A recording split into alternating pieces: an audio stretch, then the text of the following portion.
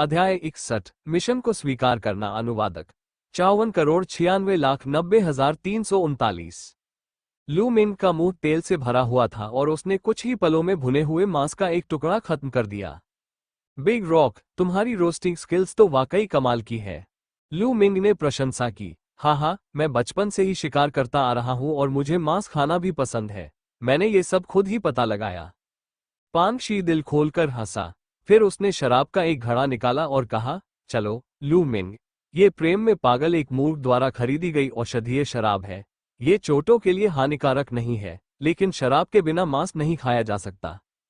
तो चलिए जी भरकर पीते हैं, लू मिंग ने मुस्कुराते हुए कहा। उन तीनों के पास शराब का एक एक जार था। वे बड़े बड़े निवाले लेकर मांस खा रहे थे और बड़े बड़े कटोरे भरकर शराब पी रहे थे। कुछ घंटों बाद उन तीनों ने मिलकर उस खून से लथपथ हिरण को खत्म कर दिया। उन तीनों ने शराब की कुछ बोतलें भी खत्म कर दी थीं। पांग शी और हुआ ची दोनों नशे में थे।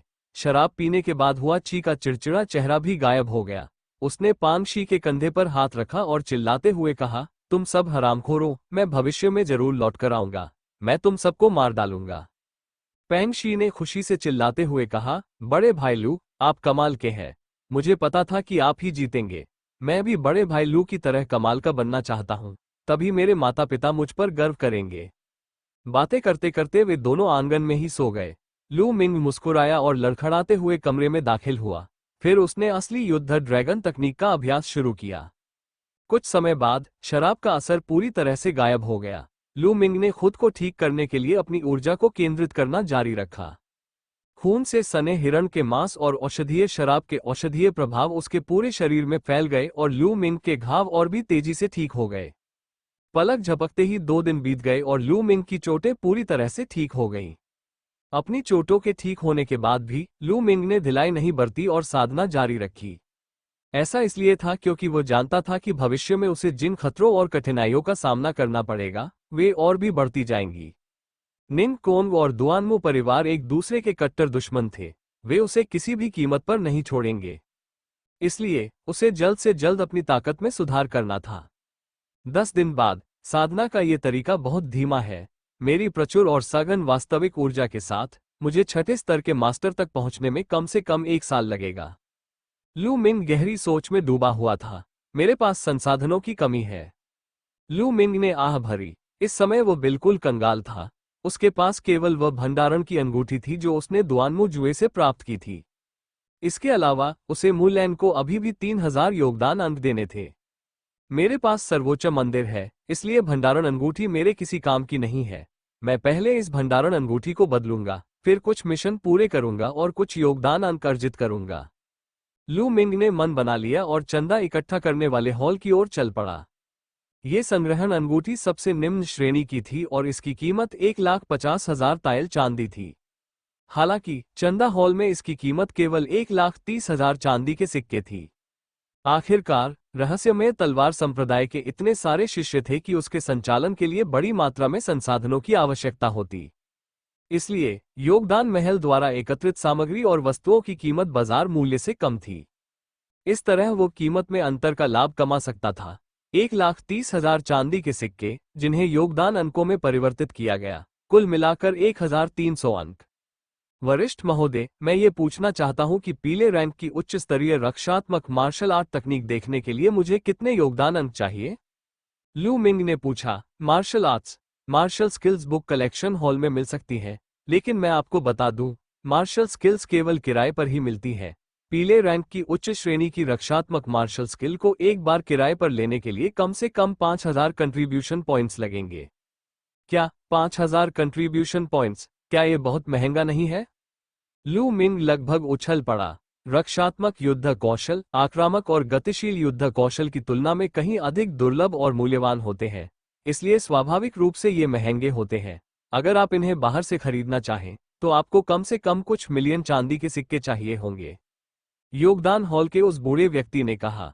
लू मिंग मन ही मन अवाक रह गया। हालांकि बाद में सोचने पर उसे बात समझ में आ गई। लू वंश इतना बड़ा वंश था, लेकिन उनके पास केवल एक ही उच्च स्तरीय मार्शल आर्ट तकनीक थी, जिसे वंश का खजाना माना जाता था। कोई केवल कल्पना ही कर सकता है कि पीले ग्रेड की उच्च स्तरीय मार्शल आर्ट तकनीक कितनी मूल्यवान रही होगी।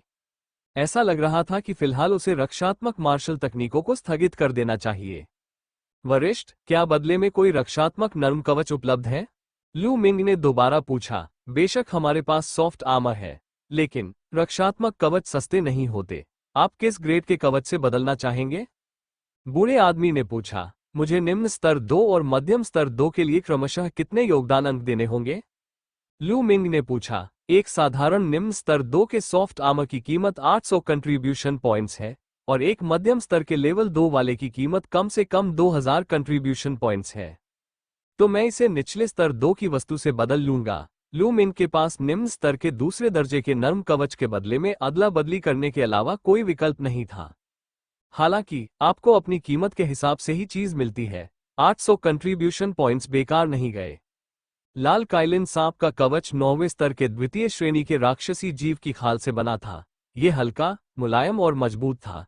पहनने पर ऐसा महसूस ही नहीं होता था कि यह कपड़ों के अंदर है। लू मिंग ने लाल काइलिन सांप का कवच अपने पास रखने के बाद योगदान हॉल से बाहर निकलकर मिशन हॉल की ओर प्रस्थान किया। उसने एक ऐसी जगह ढूंढी जहां कोई नहीं था और उसने अपना रूप बदलकर एक काला लबादा ओढ़ लिया, जिससे सभी लोग ढक गए। अगर उसे कोई मिशन पूरा करना होता तो उसे दुआनमो परिवार से सावधान रहना पड़ता। अगर वह किसी मिशन पर जाता और दुआनमो परिवार उसे मारने के लिए कुछ महान मार्शल मास्टर्स को भेज देता, तो वह उनका मुकाबला नहीं कर पाता। सावधानी बरतने में कोई हर्ज नहीं था। कुछ ही देर में लू मिंग मिशन हॉल में पहुंच गया। मिशन हॉल वो स्थान था जहां रहस्यमय तलवार संप्रदाय मिशन जारी करता और स्वीकार करता था।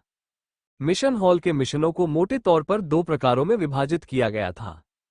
पहले प्रकार के मिशन रहस्यमय तलवार संप्रदाय के शिष्यों और बुजुर्गों द्वारा जारी किए जाते थे, और प्रत्येक मिशन के बदले में एक संबंधित पुरस्कार दिया जाता था। दूसरे प्रकार के मिशन वे थे जिन्हें विशेष रूप से रहस्यमय तलवार संप्रदाय के बाहर से एकत्र किया गया था। उदाहरण के लिए, रहस्यमय तलवार संप्रदाय लू परिवार द्वारा जारी किए गए सभी मिशनों को एकत्रित करता था। मिशन हॉल मिशन पूरा करने के लिए शुल्क वसूलता था। मिशन हॉल बहुत चौड़ा था और इसने योगदान हॉल से भी अधिक जगह घेर रखी थी। अंदर प्रवेश करने के बाद उन्होंने खुद को एक विशाल हॉल में पाया। हॉल के एक तरफ काउंटर थे जहां मिशन सौंपे जाते थे। दूसरी ओर कुछ विशाल धातु की दीवारें थीं। ये धातु की दीवारें उत्कीर्णन के उस्तादों द्वारा बनाई गई थीं। धातु की दीवार पर लगातार मिशन चल रहे थे। इन मिशनों पर विवरण, समय सीमा, पुरस्कार आदि स्पष्ट रूप से लिखे गए थे। लू मिंग पर्दे के नीचे खड़ा होकर देख रहा था। क्या रक्त रेकी फूल इकट्ठा करने के लिए? अचानक लू मिंग की आंखें चमक उठी। उसे एक ऐसा मिशन दिखाई दिया जिसमें उसकी काफी दिलचस्पी थी। ये रहस्यमयी तलवार संप्रदाय के एक शिलालेख विशेषज्ञ द्वारा जारी किया गया एक मिशन था। उसे केवल 3 महीनों के भीतर रक्त रेकी फूल एकत्र करने थे। प्रत्येक रक्त रेकी फूल के लिए 100 योगदान अंक मिलते थे। जितने अधिक फूल हो उतना बेहतर। रक्त का फूल धधकते सूरज साम्राज्य के पूर्वी भाग में स्थित था और यह केवल अंधेरे रक्त पर्वत में ही पाया जा सकता था। इसके अलावा रक्त फूल की कीमत 100 योगदान अंक भी नहीं थी। ऐसा प्रतीत होता था कि शिलालेखकर्ता को इसकी तत्काल आवश्यकता थी, इसीलिए उसने इतनी ऊंची कीमत लगाई थी। सबसे महत्वपूर्ण बात यह थी कि डार्क ब्लड माउंटेन पर एक प्रकार का डार्क ब्लड स्टोन पाया जाता था। ये ट्रू वॉर ड्रैगन तकनीक के तीसरे चरण को विकसित करने के लिए आवश्यक मुख्य सामग्रियों में से एक था। चौथे चरण के लिए भी इसकी आवश्यकता होती थी। यही कारण था कि लू मिंग को इसमें दिलचस्पी थी। डार्क ब्लड माउंटेन पर जाने से एक तीर से 2 निशाने लग जाएंगे। देखते हैं कि कोई और मिशन है या नहीं, लू मिंग पढ़ता रहा। अध्याय 62, राक्षस अनुवादक। 54,96,90,339 एस्कॉर्ट मिशन। इनाम वास्तव में 1 लाख चांदी के सिक्के तक पहुंच गया है और वो डार्क ब्लड माउंटेन की ओर भी जा रहा है। कुछ देर बाद लू मिंग की आंखें फिर से चमक उठीं। उसने आकाश पार करने वाले शहर के जू परिवार द्वारा जारी एक सुरक्षा अभियान देखा। एक व्यक्ति को अंधकार में रक्त पर्वत तक पहुंचाने का इनाम 1 लाख चांदी के तायल था। यह वाला। बिना किसी झिझक के लू मिंग ने इस मिशन को स्वीकार करने का फैसला किया, क्योंकि यह रास्ते में ही पड़ रहा था। उसके बाद लू मिंग एक काउंटर पर गया और उसने उन 2 मिशनों को पंजीकृत कराया जिन्हें वो करने जा रहा था। ये जू परिवार द्वारा जारी किया गया मिशन टोकन है, कृपया इसे संभाल कर रखें।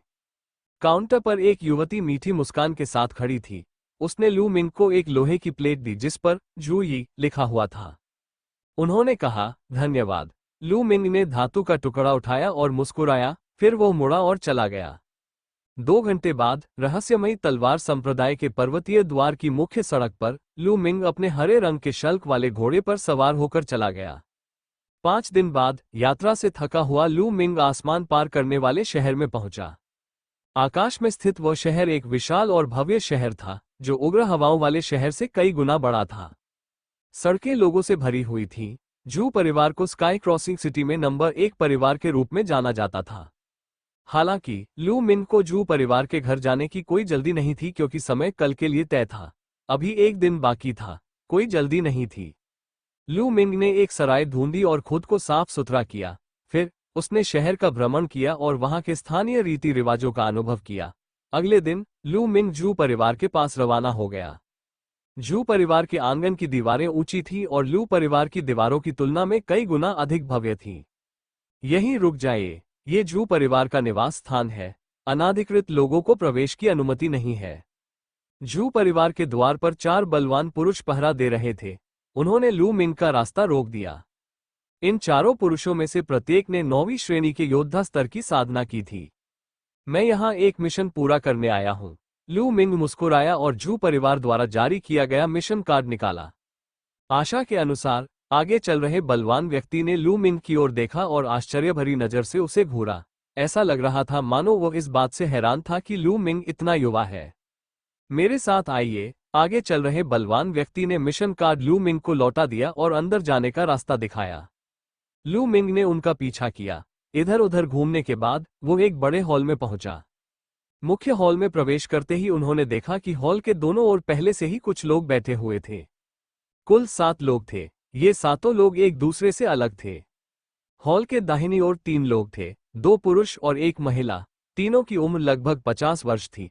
तीनों ने खोपड़ी के निशान वाले काले वस्त्र पहन रखे थे और उनके आसपास उदासी का माहौल छाया हुआ था।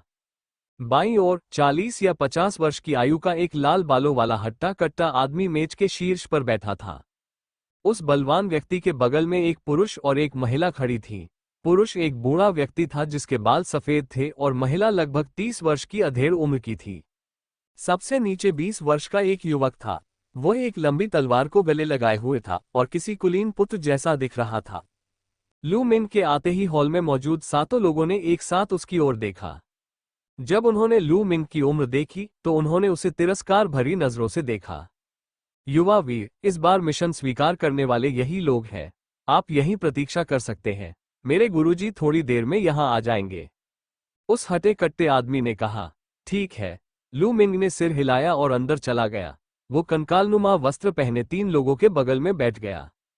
एक छोटा सा नटखट लड़का, जिसके अभी बाल भी नहीं बढ़े हैं, सच में आ गया है। लगता है पैसों के चक्कर में पागल हो गया होगा।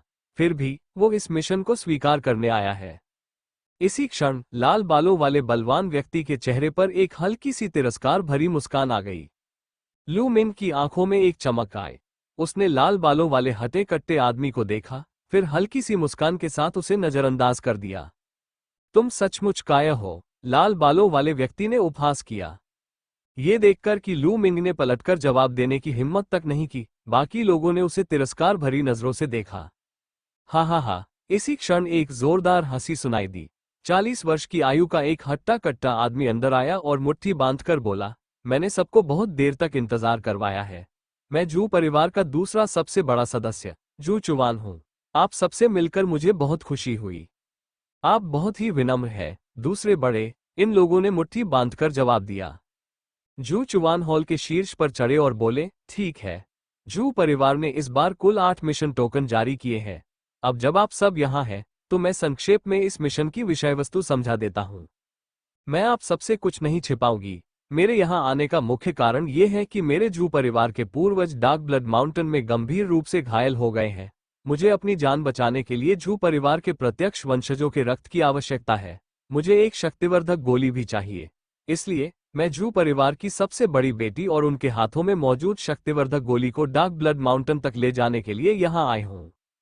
क्योंकि डार्क ब्लड माउंटेन के रास्ते में कई ताकतवर डाकू और घुड़सवार गुंडे हैं, इसलिए मुझे आप सभी की जरूरत है कि आप उनकी सुरक्षा करें। बस आप लोग और गोलियां मेरे जू परिवार के पूर्वज तक पहुंचा दें। इतना ही काफी होगा। इनाम प्रति व्यक्ति 1 लाख चांदी के सिक्के हैं।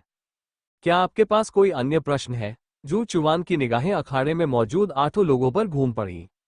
समस्या तो है ही, बिल्कुल समस्या है। लाल बालों वाला आदमी खड़ा हुआ और बोला, दूसरे बुजुर्ग, मैं आपसे ये पूछना चाहता हूं कि क्या आपने इन 8 लोगों की ताकत का परीक्षण किया है? जू चुवान चौंक गया। नहीं, लेकिन तुम वू मो हो, खूनी हाथ वाले, और ये तीनों यिन पर्वत के प्रसिद्ध 3 भूत हैं। वे 10 से अधिक बड़े शहरों में प्रसिद्ध हैं, हर कोई उन्हें जानता है। मैं यिन पर्वत के तीनों भूतों की ताकत से भली भांति परिचित हूँ। मुझे बस इस बात का डर है कि उनमें से एक सिर्फ संख्या पूरी करने के लिए यहाँ आया है। अगर उसके पास ज्यादा ताकत नहीं है और वह मुफ्त में 1 लाख तायल चांदी कमा सकता है, तो क्यों न हम ये काम करें? यिन पर्वत के तीनों भूत और मैं इस मिशन की कमान संभालेंगे। बाकी सब लोग यहाँ से चले जाओ और हम चारों के साथ चांदी बांट लो। ये और भी अच्छा रहेगा। वू मो ने ठंडी मुस्कान के साथ कहा। टकराना। वूमो के बोलते ही उस रईस नौजवान ने मेज पर जोर से हाथ पटका और ठंडे चेहरे से कहा, वूमो, तुम किसे यहां से जाने के लिए कह रहे हो? हे, वूमो ने ताना मारते हुए कहा, मैं तुम्हें बुला रहा हूं, क्या तुम्हें समझ नहीं आ रहा? धिक्कार है, तुम दोनों नासमझ लोग मेरी ताकत उधार लेकर 1 लाख तायल चांदी कमाना चाहते हो? बिल्कुल नहीं। इतना कहने के बाद उसने लू मिंग की ओर देखा और तिरस्कारपूर्ण ढंग से कहा। उस कुलीन युवक का चेहरा एकदम ठंडा पड़ गया। उसने ठंडे स्वर में कहा, खून से सने हाथ वाले वूमो, मुझे लगता है कि अब तुम्हें अपने हाथ नहीं चाहिए। भन भन। वूमो अचानक खड़ा हो गया और उसने कुलीन युवा स्वामी को ठंडे स्वर में देखा। तुम्हारे कहे अनुसार मैं आज तुम्हें अपाहिज कर दूंगा। जैसे ही उसने बोलना समाप्त किया, वूमो ने युवा स्वामी पर अपनी हथेली से प्रहार किया। ऐसा करते ही उसकी हथेली तुरंत लाल हो गई और खून की गंध हवा में फैल गई। वाह, कितना शक्तिशाली रक्त चिन्ह है! वू मो के रक्त चिन्ह ने एक नया ही स्तर छू लिया है। सफेद बालों वाले बूढ़े व्यक्ति का चेहरा बदल गया। 6ठी श्रेणी के मास्टर स्तर की प्रारंभिक साधना, पीले ग्रेड की निम्न स्तरीय मार्शल आर्ट तकनीक, लेकिन केवल तीसरे स्तर तक ही साधना की गई है। व्यापक अध्ययन के माध्यम से महारत हासिल की गई है। लू मिंग ने वू मो पर एक नजर डाली। वो एक ही नजर में वू मो के साधना स्तर की बारीकियों को देख सकता था। तुम तो मौत को बुला रहे हो। स्विश, मर जा! उस कुलीन युवक ने ठंडे स्वर में चिल्लाया। उसने अपनी तलवार म्यान से निकाली और बिजली की तरह वू मो की ओर वार किया। तलवार की गति देखकर वू मो चौंक गया। उसने तलवार से बचने के लिए तुरंत पीछे हटना शुरू कर दिया। हालांकि अगले ही पल तलवार की चमक की किरणें वू मो की ओर बढ़ीं। तलवार की रोशनी बहते पानी की तरह सहज थी। मध्य 6ठी श्रेणी की मास्टर स्तर की साधना, निम्न श्रेणी की तलवारबाजी तकनीक का चौथा चरण, पीले स्तर। लू मिंग की निगाहें एक पल के लिए झपकी। उन्हें इस कुलीन युवा स्वामी की साधना इतनी प्रबल होने की उम्मीद नहीं थी। अध्याय 63, एक नर्म पसिमोन। अनुवादक। 54,96,90,339 फ्लाइंग क्लाउड तलवार तकनीक। आप फ्लाइंग क्लाउड संप्रदाय के शिष्य हैं। रुकिए! खून से सना हाथ वूमो ने घबराकर चीख मारी। क्या तुम्हें लगता है कि मैं सिर्फ तुम्हारे कहने से रुक जाऊंगी? उस कुलीन युवक ने उपहास किया। उसकी तलवार की चमक रुकी नहीं, जिससे वूमो को पीछे हटना पड़ा। पुची! अंत में उस कुलीन पुत्र की तलवार की रोशनी ने वूमो की बांह पर एक लंबा घाव कर दिया और उससे खून बहने लगा। इस समय उस महान युवा गुरु ने अपनी तलवार म्यान में डाली और खड़े हो गए। उन्होंने गर्व से कहा, इस बार तो मैं तुम्हें बस सबक सिखा रहा हूं। अगली बार तुम मरोगे। याद रखना, मैं फ्लाइंग क्लाउड संप्रदाय का प्रमुख शिष्य जू फियून हूं। ये खूनी हाथ। फ्लाइंग क्लाउड संप्रदाय की नजरों में तुम बस कचरा हो। तो वो फ्लाइंग क्लाउड संप्रदाय का एक प्रमुख शिष्य है, इसीलिए तो उसकी ताकत में कोई हैरानी नहीं। ये वूमो तो बस मुसीबत को न्योता दे रहा है। लू मिंग को अचानक एक बात समझ में आई। उसने अपना सिर हिलाया और मुस्कुराया।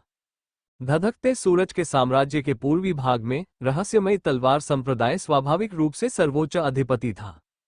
हालांकि रहस्यमयी तलवार संप्रदाय के अलावा कुछ अन्य संप्रदाय भी थे।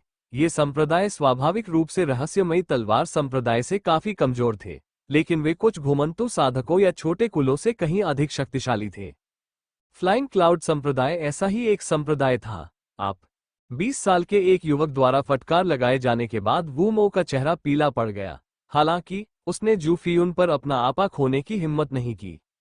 उसने अचानक लू मिंग की ओर देखा और ठंडे स्वर में कहा, बच्चे, तुमने अभी अभी अपना सिर क्यों हिलाया और हंसे? क्या तुम मुझ पर हंस रहे हो? तुम्हारे जैसे छोटे बदमाश की हिम्मत कैसे हुई मुझ पर हंसने की? मैं तुम्हें जान से मार दूंगा। फिर उसने लू मिंग पर हथेली से वार किया। क्योंकि जू फियून के सामने उसकी बेइज्जती हो गई थी, इसलिए वो लू मिंग से उसे वापस हासिल करेगा। लू मिंग की निगाहें ठंडी पड़ गईं। उसके होठों के कोनों पर एक तिरस्कार भरी मुस्कान थी। उसने वू मो की हथेली को देखा और हिली नहीं। मरना। वू मो के होठों पर एक ठंडी मुस्कान उभर आई। ये बच्चा बुरी तरह डरा हुआ है। 3 येन पर्वत भूतों में से एक ने अपना सिर हिलाया। इसी क्षण तलवार की रोशनी फूट पड़ी। बर्फ जैसी सफेद तलवार की रोशनी हवा को चीरती हुई आगे बढ़ी। ये जू फेउन की तलवार की रोशनी से भी तेज और ठंडी थी। पुची। खून की एक झलक दिखाई दी, जिसके बाद वू मो की चीख सुनाई दी। अरे मेरा हाथ। वू मो चीखते हुए पीछे हटने लगा। उसका एक हाथ पहले ही गायब हो चुका था।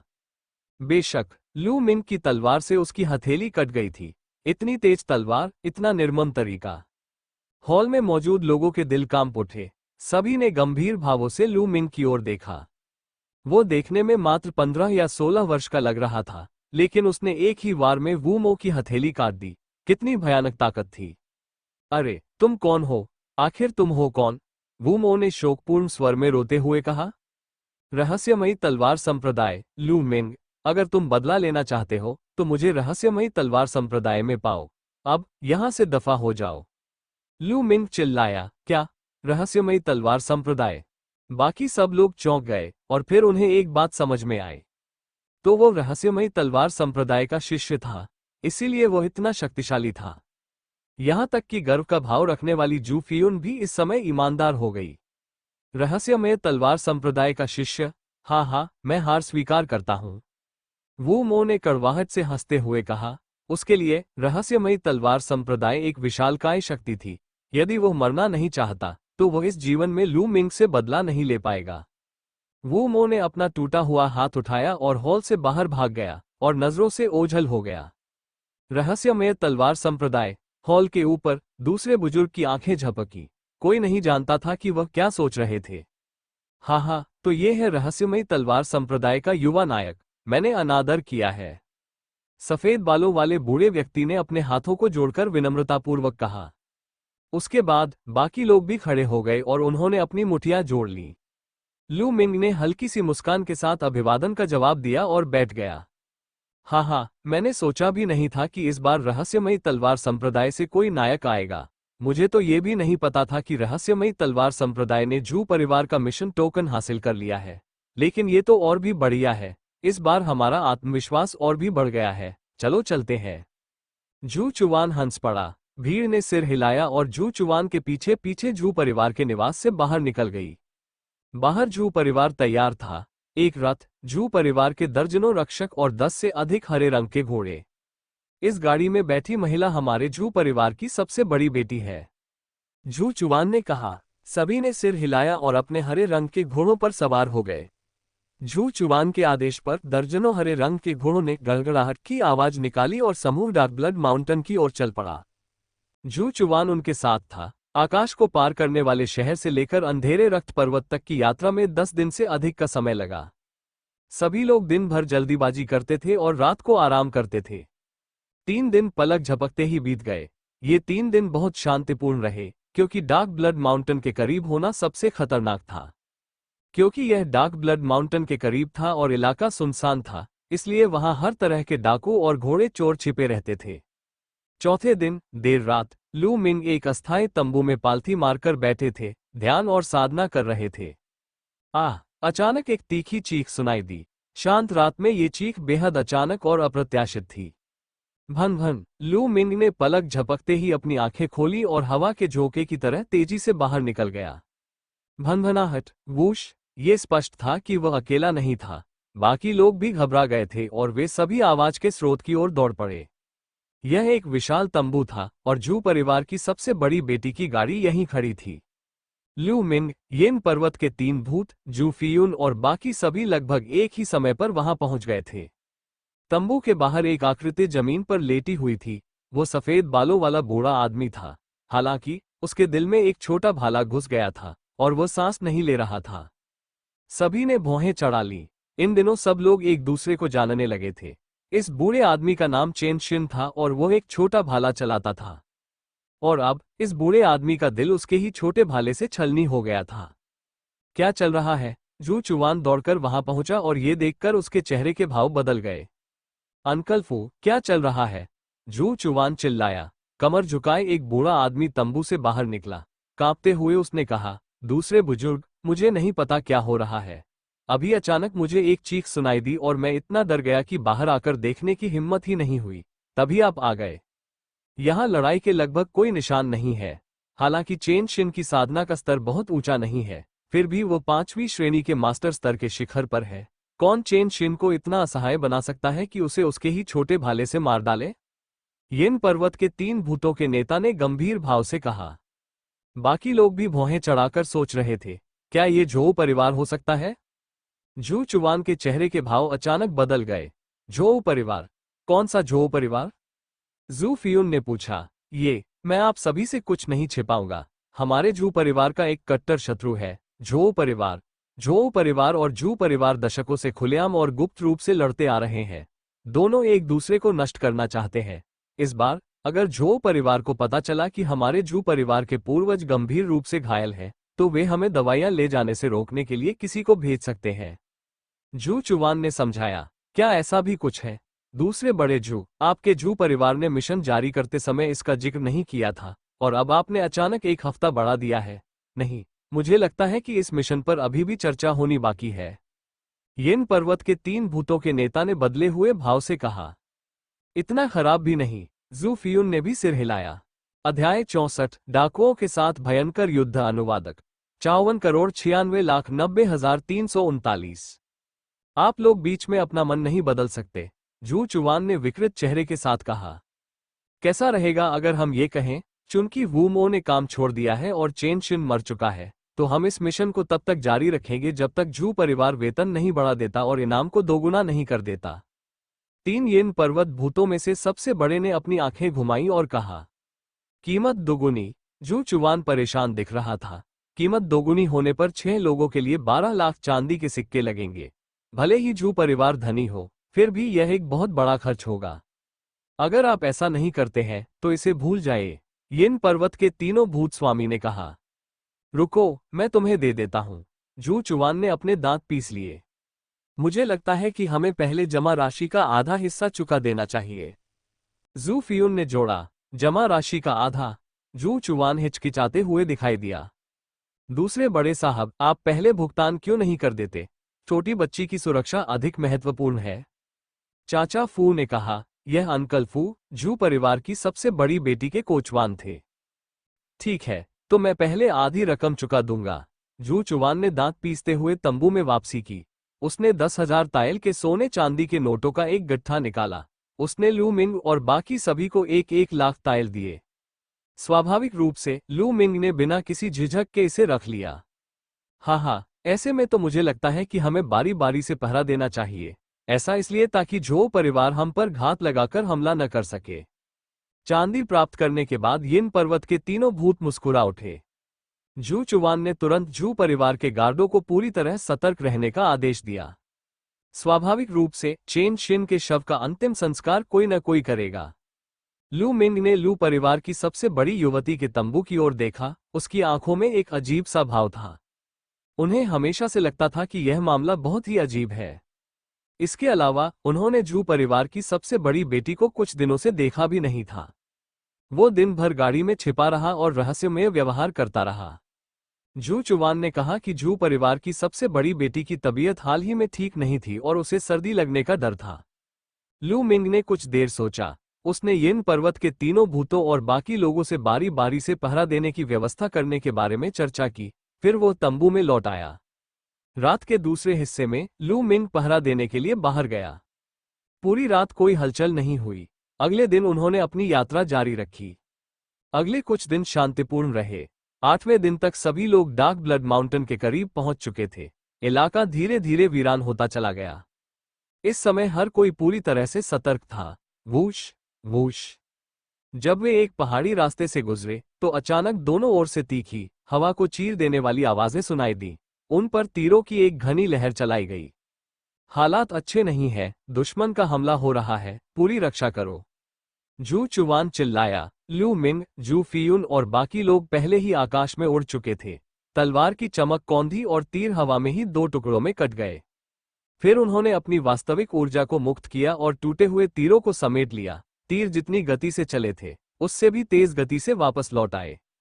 आह आह! फिर एक चीख सुनाई दी। Boom boom boom! इसी क्षण आगे से घोड़ों के खुरों की आवाज सुनाई दी, जिससे धूल का गुबार उठ गया। 100 से अधिक लोगों का एक समूह अपने युद्ध घोड़ों पर सवार होकर गर्जना करते हुए आगे बढ़ रहा था। उनके सामने लोगों का एक समूह प्रकट हुआ। वे सभी बलवान और हटे कट्टे पुरुष थे और उनके शरीर में एक घातक आभा व्याप्त थी। उन्होंने ये प्रकट किया कि उनकी साधना कमजोर नहीं थी और साधारण लोग उनकी बराबरी नहीं कर सकते थे। अपने सारे खजाने और स्त्रियों को सौंप दो और तुम यहां से चले जाओगे। समूह के नेता, घनी दाढ़ी वाले एक हटे कट्टे आदमी ने चिल्लाकर कहा। जैसा कि उम्मीद थी, उनका सामना डाकुओं से हुआ। मुझे लगता है कि तुम्हें यहां से चले जाना चाहिए। जू फियून जोर से चिल्लाया और उसका शरीर बिजली की तरह तेजी से बाहर निकला। उनकी चलने की तकनीक बहुत तेज थी। भन भन! फिर तलवार की एक तेज रोशनी हवा को चीरती हुई आगे चल रहे डाकू पर जा लगी। कितना शक्तिशाली! डाकुओं के सरदार के चेहरे का भाव एकदम बदल गया। उसने अपनी विशाल तलवार निकाली और जैसे ही उसने कुछ वार रोके, तभी जू फियून की तलवार से उसकी मृत्यु हो गई। नौवां नेता मारा गया है। पीछे हटो! अन्य डाकू चौंक गए और मधुमक्खियों के झुंड की तरह पीछे हट गए। पलक झपकते ही बिना कोई निशान छोड़े गायब हो गए। क्या ये डाकू बहुत कमजोर नहीं है? जू फियून वापस चली गई और मुंह फुलाकर खड़ी हो गई। युवा नायक जू, ऐसा नहीं है कि डाकू कमजोर है। बात सिर्फ इतनी है कि उनसे ज्यादा ताकतवर अभी सामने नहीं आए हैं। 3 येन पर्वतीय भूतों का मुखिया। वे कई वर्षों से युद्ध कला की दुनिया में थे और जानते थे कि ये डाकू उतने सीधे सादे नहीं थे जितने वे दिखते थे। इसके बाद पूरी तरह सतर्क रहें, लापरवाही न करें, जू चुवान ने आदेश दिया। हाँ, जू परिवार के गार्डों ने एक के बाद एक जवाब दिया। फिर सभी लोग आगे बढ़ने लगे। कुछ ही समय बाद घोड़ों के खुरों की कान फाड़ देने वाली आवाज फिर से गूंज उठी। वे यहाँ है। सभी को पता था कि असली चुनौती तो अब आने वाली है। ये डाकू सचमुच अंतहीन है। इस बार मुझे इन सबको मार डालने दो। जू फियून का चेहरा गंभीर हो गया। Boom boom boom! जैसे ही धूल हवा में फैली, उनके सामने कुछ 100 लोग प्रकट हो गए। कितने लोग! सबके दिल कांप उठे। कुछ 100 लोग घनी भीड़ में उनके सामने रुक गए। किसने मेरे 9वें भाई की हत्या करने की हिम्मत की? सामने आओ और अपनी मौत का सामना करो। डाकुओं का सरदार 7 फुट लंबा और हट्टा कट्टा था। वो अपनी पीठ पर एक विशाल कुल्हाड़ी लिए रहता था और उसकी आवाज किसी भारी घंटी जैसी थी। उसका व्यक्तित्व बेहद प्रभावशाली था। महान गुरुजी, उस सुंदर लड़के ने ही उसकी हत्या की थी। उसके एक चापलूस ने जू फियून की ओर इशारा करते हुए चिल्लाया। तो तुम ही हो, सुंदर लड़के। बाहर आओ और अपनी मौत का सामना करो। महान गुरु दहाड़े, मुझे लगता है कि तुम्हारी ही मौत होने वाली है। जू फियून घमंडी और अभिमानी था, फिर भी इस समय एक डाकू उसे नीचा दिखा रहा था। उसकी आंखों में हत्या का भाव झलक रहा था और वह अपने हरे रंग के घोड़े से कूद पड़ा। उसने अपनी लंबी तलवार निकाली और महान गुरु की ओर दौड़ पड़ा। मारना, मार डालो! महान गुरु ने गरजते हुए कहा और उनका लंबा शरीर भी अपने युद्ध अश्व से कूद पड़ा। उनके हाथ में मौजूद विशाल तलवार से एक हल्की सी रोशनी निकली। क्लैंग! तलवार और ब्लेड आपस में टकराए। जू फियून का शरीर कांप उठा और उसे पीछे हटना पड़ा। वो इतना शक्तिशाली कैसे हो सकता है? जू फियून के चेहरे के भाव एकदम बदल गए। कचरा! मारो मारो मारो! नेता चिल्लाया और दर्जनों बार तलवार से वार किया। आकाशीय तलवार गरज उठी और उसने जू फियून के पूरे शरीर को अपनी चपेट में ले लिया। उड़ते बादल की तलवार तकनीक। जू फियून ने फ्लाइंग क्लाउड तलवार तकनीक का भरपूर इस्तेमाल करने की पूरी कोशिश की, लेकिन फिर भी वह महान गुरु के वार को रोक नहीं सका। महज 10 चालों में जू फियून हवा में उड़ गया और उसके मुंह से खून निकल आया। पहले गुरु की साधना वास्तव में 6ठे दर्जे के गुरु स्तर के शिखर पर पहुंच चुकी थी। मैं उससे निपट लूंगा। 3 येन पर्वतीय भूतों का नेता हरकत में आया और तेजी से बाहर निकल गया। उसने लोहे की छड़ का इस्तेमाल किया और बेरहमी से उसे डाकुओं के सरदार पर दे मारा। जैसे ही लोहे की छड़ नीचे गिरी, उससे हू हू जैसी आवाज आई, मानो हवा चकनाचूर होने वाली हो। 3 येन पर्वत भूतों का नेता भी शिखर 6ठे दर्जे का मास्टर था। ये कहा जा सकता है कि उनकी साधना उन सब में सबसे उच्च स्तर की थी। क्लैम! तलवार और लोहे की छड़ आपस में टकराई और दोनों 3 कदम पीछे हट गए। मुझे विश्वास नहीं हो रहा कि आप जैसा कोई विशेषज्ञ भी है, लेकिन क्या आपको लगता है कि आप अकेले सब कुछ कर सकते हैं? सबको मार डालो। डाकुओं के सरदार ने हाथ हिलाया और सैकड़ों डाकू तुरंत उसकी ओर दौड़ पड़े। युवती की रक्षा करो, जू चुवान चिल्लाए।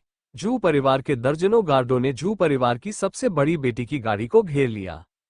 भन भन, लू मिन की आंखें ठंडी पड़ गईं और वो तेजी से बाहर निकल गया। वूश, उसने बिजली की गति से तलवार चलाने की कला का प्रदर्शन किया। हर वार से कई डाकुओं के गले कट गए। उसका शरीर जहां से भी गुजरता वहां से खून बहने लगता। अध्याय 65, तुम सब धोखे में हो। अनुवादक 54,96,90,339।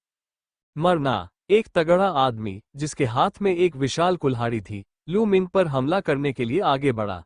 इस तगड़े आदमी की साधना का स्तर 5वां दर्जे का मास्टर था। डाकुओं में वो निस्संदेह नेता था। हालांकि लू मिंग की नजरों में 5वीं श्रेणी का मास्टर स्तर कुछ भी नहीं था। अपने शरीर को हल्का सा झटककर उसने कुल्हाड़ी के वार से खुद को बचा लिया। फिर तलवार की तेज रोशनी के साथ उस हटे कट्टे आदमी का गला कट गया। ची ची, क्यों ही तलवार अद्वितीय थी। पलक झपकते ही लू मिंग के हाथों दर्जनों लोग मारे गए। माउंट येन और जू फियोन के 3 भूतों में से बाकी 2 की भी यही स्थिति थी। सरदार के अलावा बाकी डाकुओं में सबसे ताकतवर डाकू केवल 5वीं श्रेणी के मास्टर स्तर पर था। वे तीनों भूतों का मुकाबला नहीं कर सकते थे। भले ही वहां बहुत सारे लोग होते, फिर भी यह बेकार था। महज एक पल में सैकड़ों लोग मारे गए। हालात अच्छे नहीं है, दुश्मन बहुत ताकतवर है, पीछे हटो। महान गुरु दहाड़े। उन्होंने तीनों येन पर्वत भूतों के साथ 100 से अधिक चालें चली थी, फिर भी उनमें से कोई भी नहीं जीता था। उन्हें पता था कि आज उन्होंने लोहे की थाली को लात मारी है, इसलिए उन्होंने पीछे हटने की तैयारी की। भन भन, ठीक इसी क्षण डाकुओं के बीच से एक आकृति बिजली की तरह निकली और जू वंश की सबसे बड़ी युवती की गाड़ी की ओर झपटी। इस शख्स की रफ्तार अविश्वसनीय रूप से तेज थी। हाथ के एक इशारे से ही उसकी असली ऊर्जा प्रकट हो उठी। वो वास्तव में पहले गुरु से भी अधिक शक्तिशाली था। 7वीं कक्षा के मास्टर क्षेत्र येन पर्वत के 3 भूतों के दूसरे भाई ने चिल्लाया। छी छी, जू परिवार के सबसे शक्तिशाली रक्षक भी केवल प्रथम श्रेणी के मास्टर स्तर पर थे और उनके लिए ऐसे कुशल योद्धा का मुकाबला करना असंभव था। शक्तिशाली वास्तविक ची के कारण उनमें से 10 से अधिक मारे गए। वो आकृति जू परिवार की सबसे बड़ी बेटी की गाड़ी पर झपटने ही वाली थी। इसी क्षण कोचवान अंकल फू ने एक लंबी चीख निकाली। झोउ लिनशान, मुझे पता था कि तुम आओगे।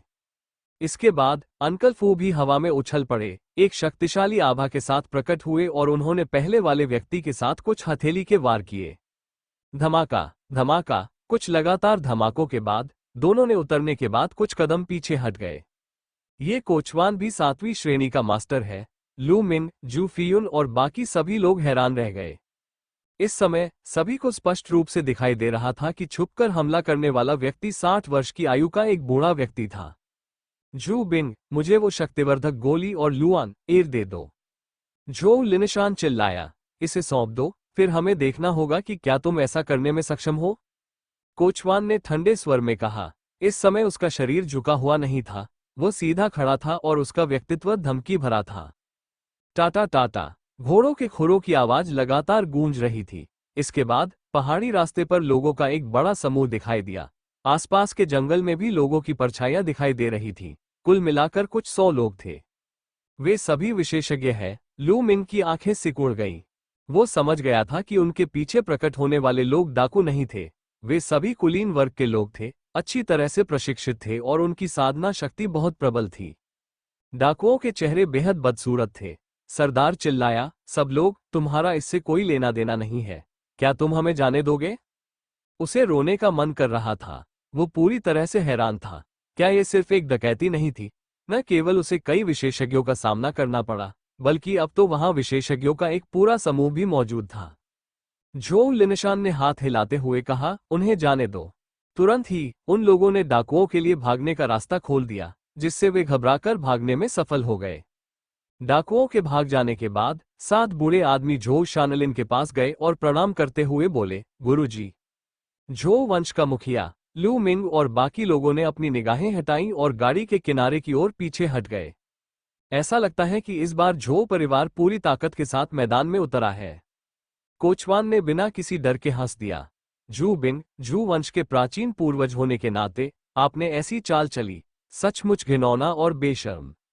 झोउ लिनशान ने उदास चेहरे से कहा, क्या? जू परिवार के पूर्वज? क्या ये कोचवान वास्तव में जू परिवार का पूर्वज है? 3 येन भूत, जू फियुन और अन्य लोग चौंक गए।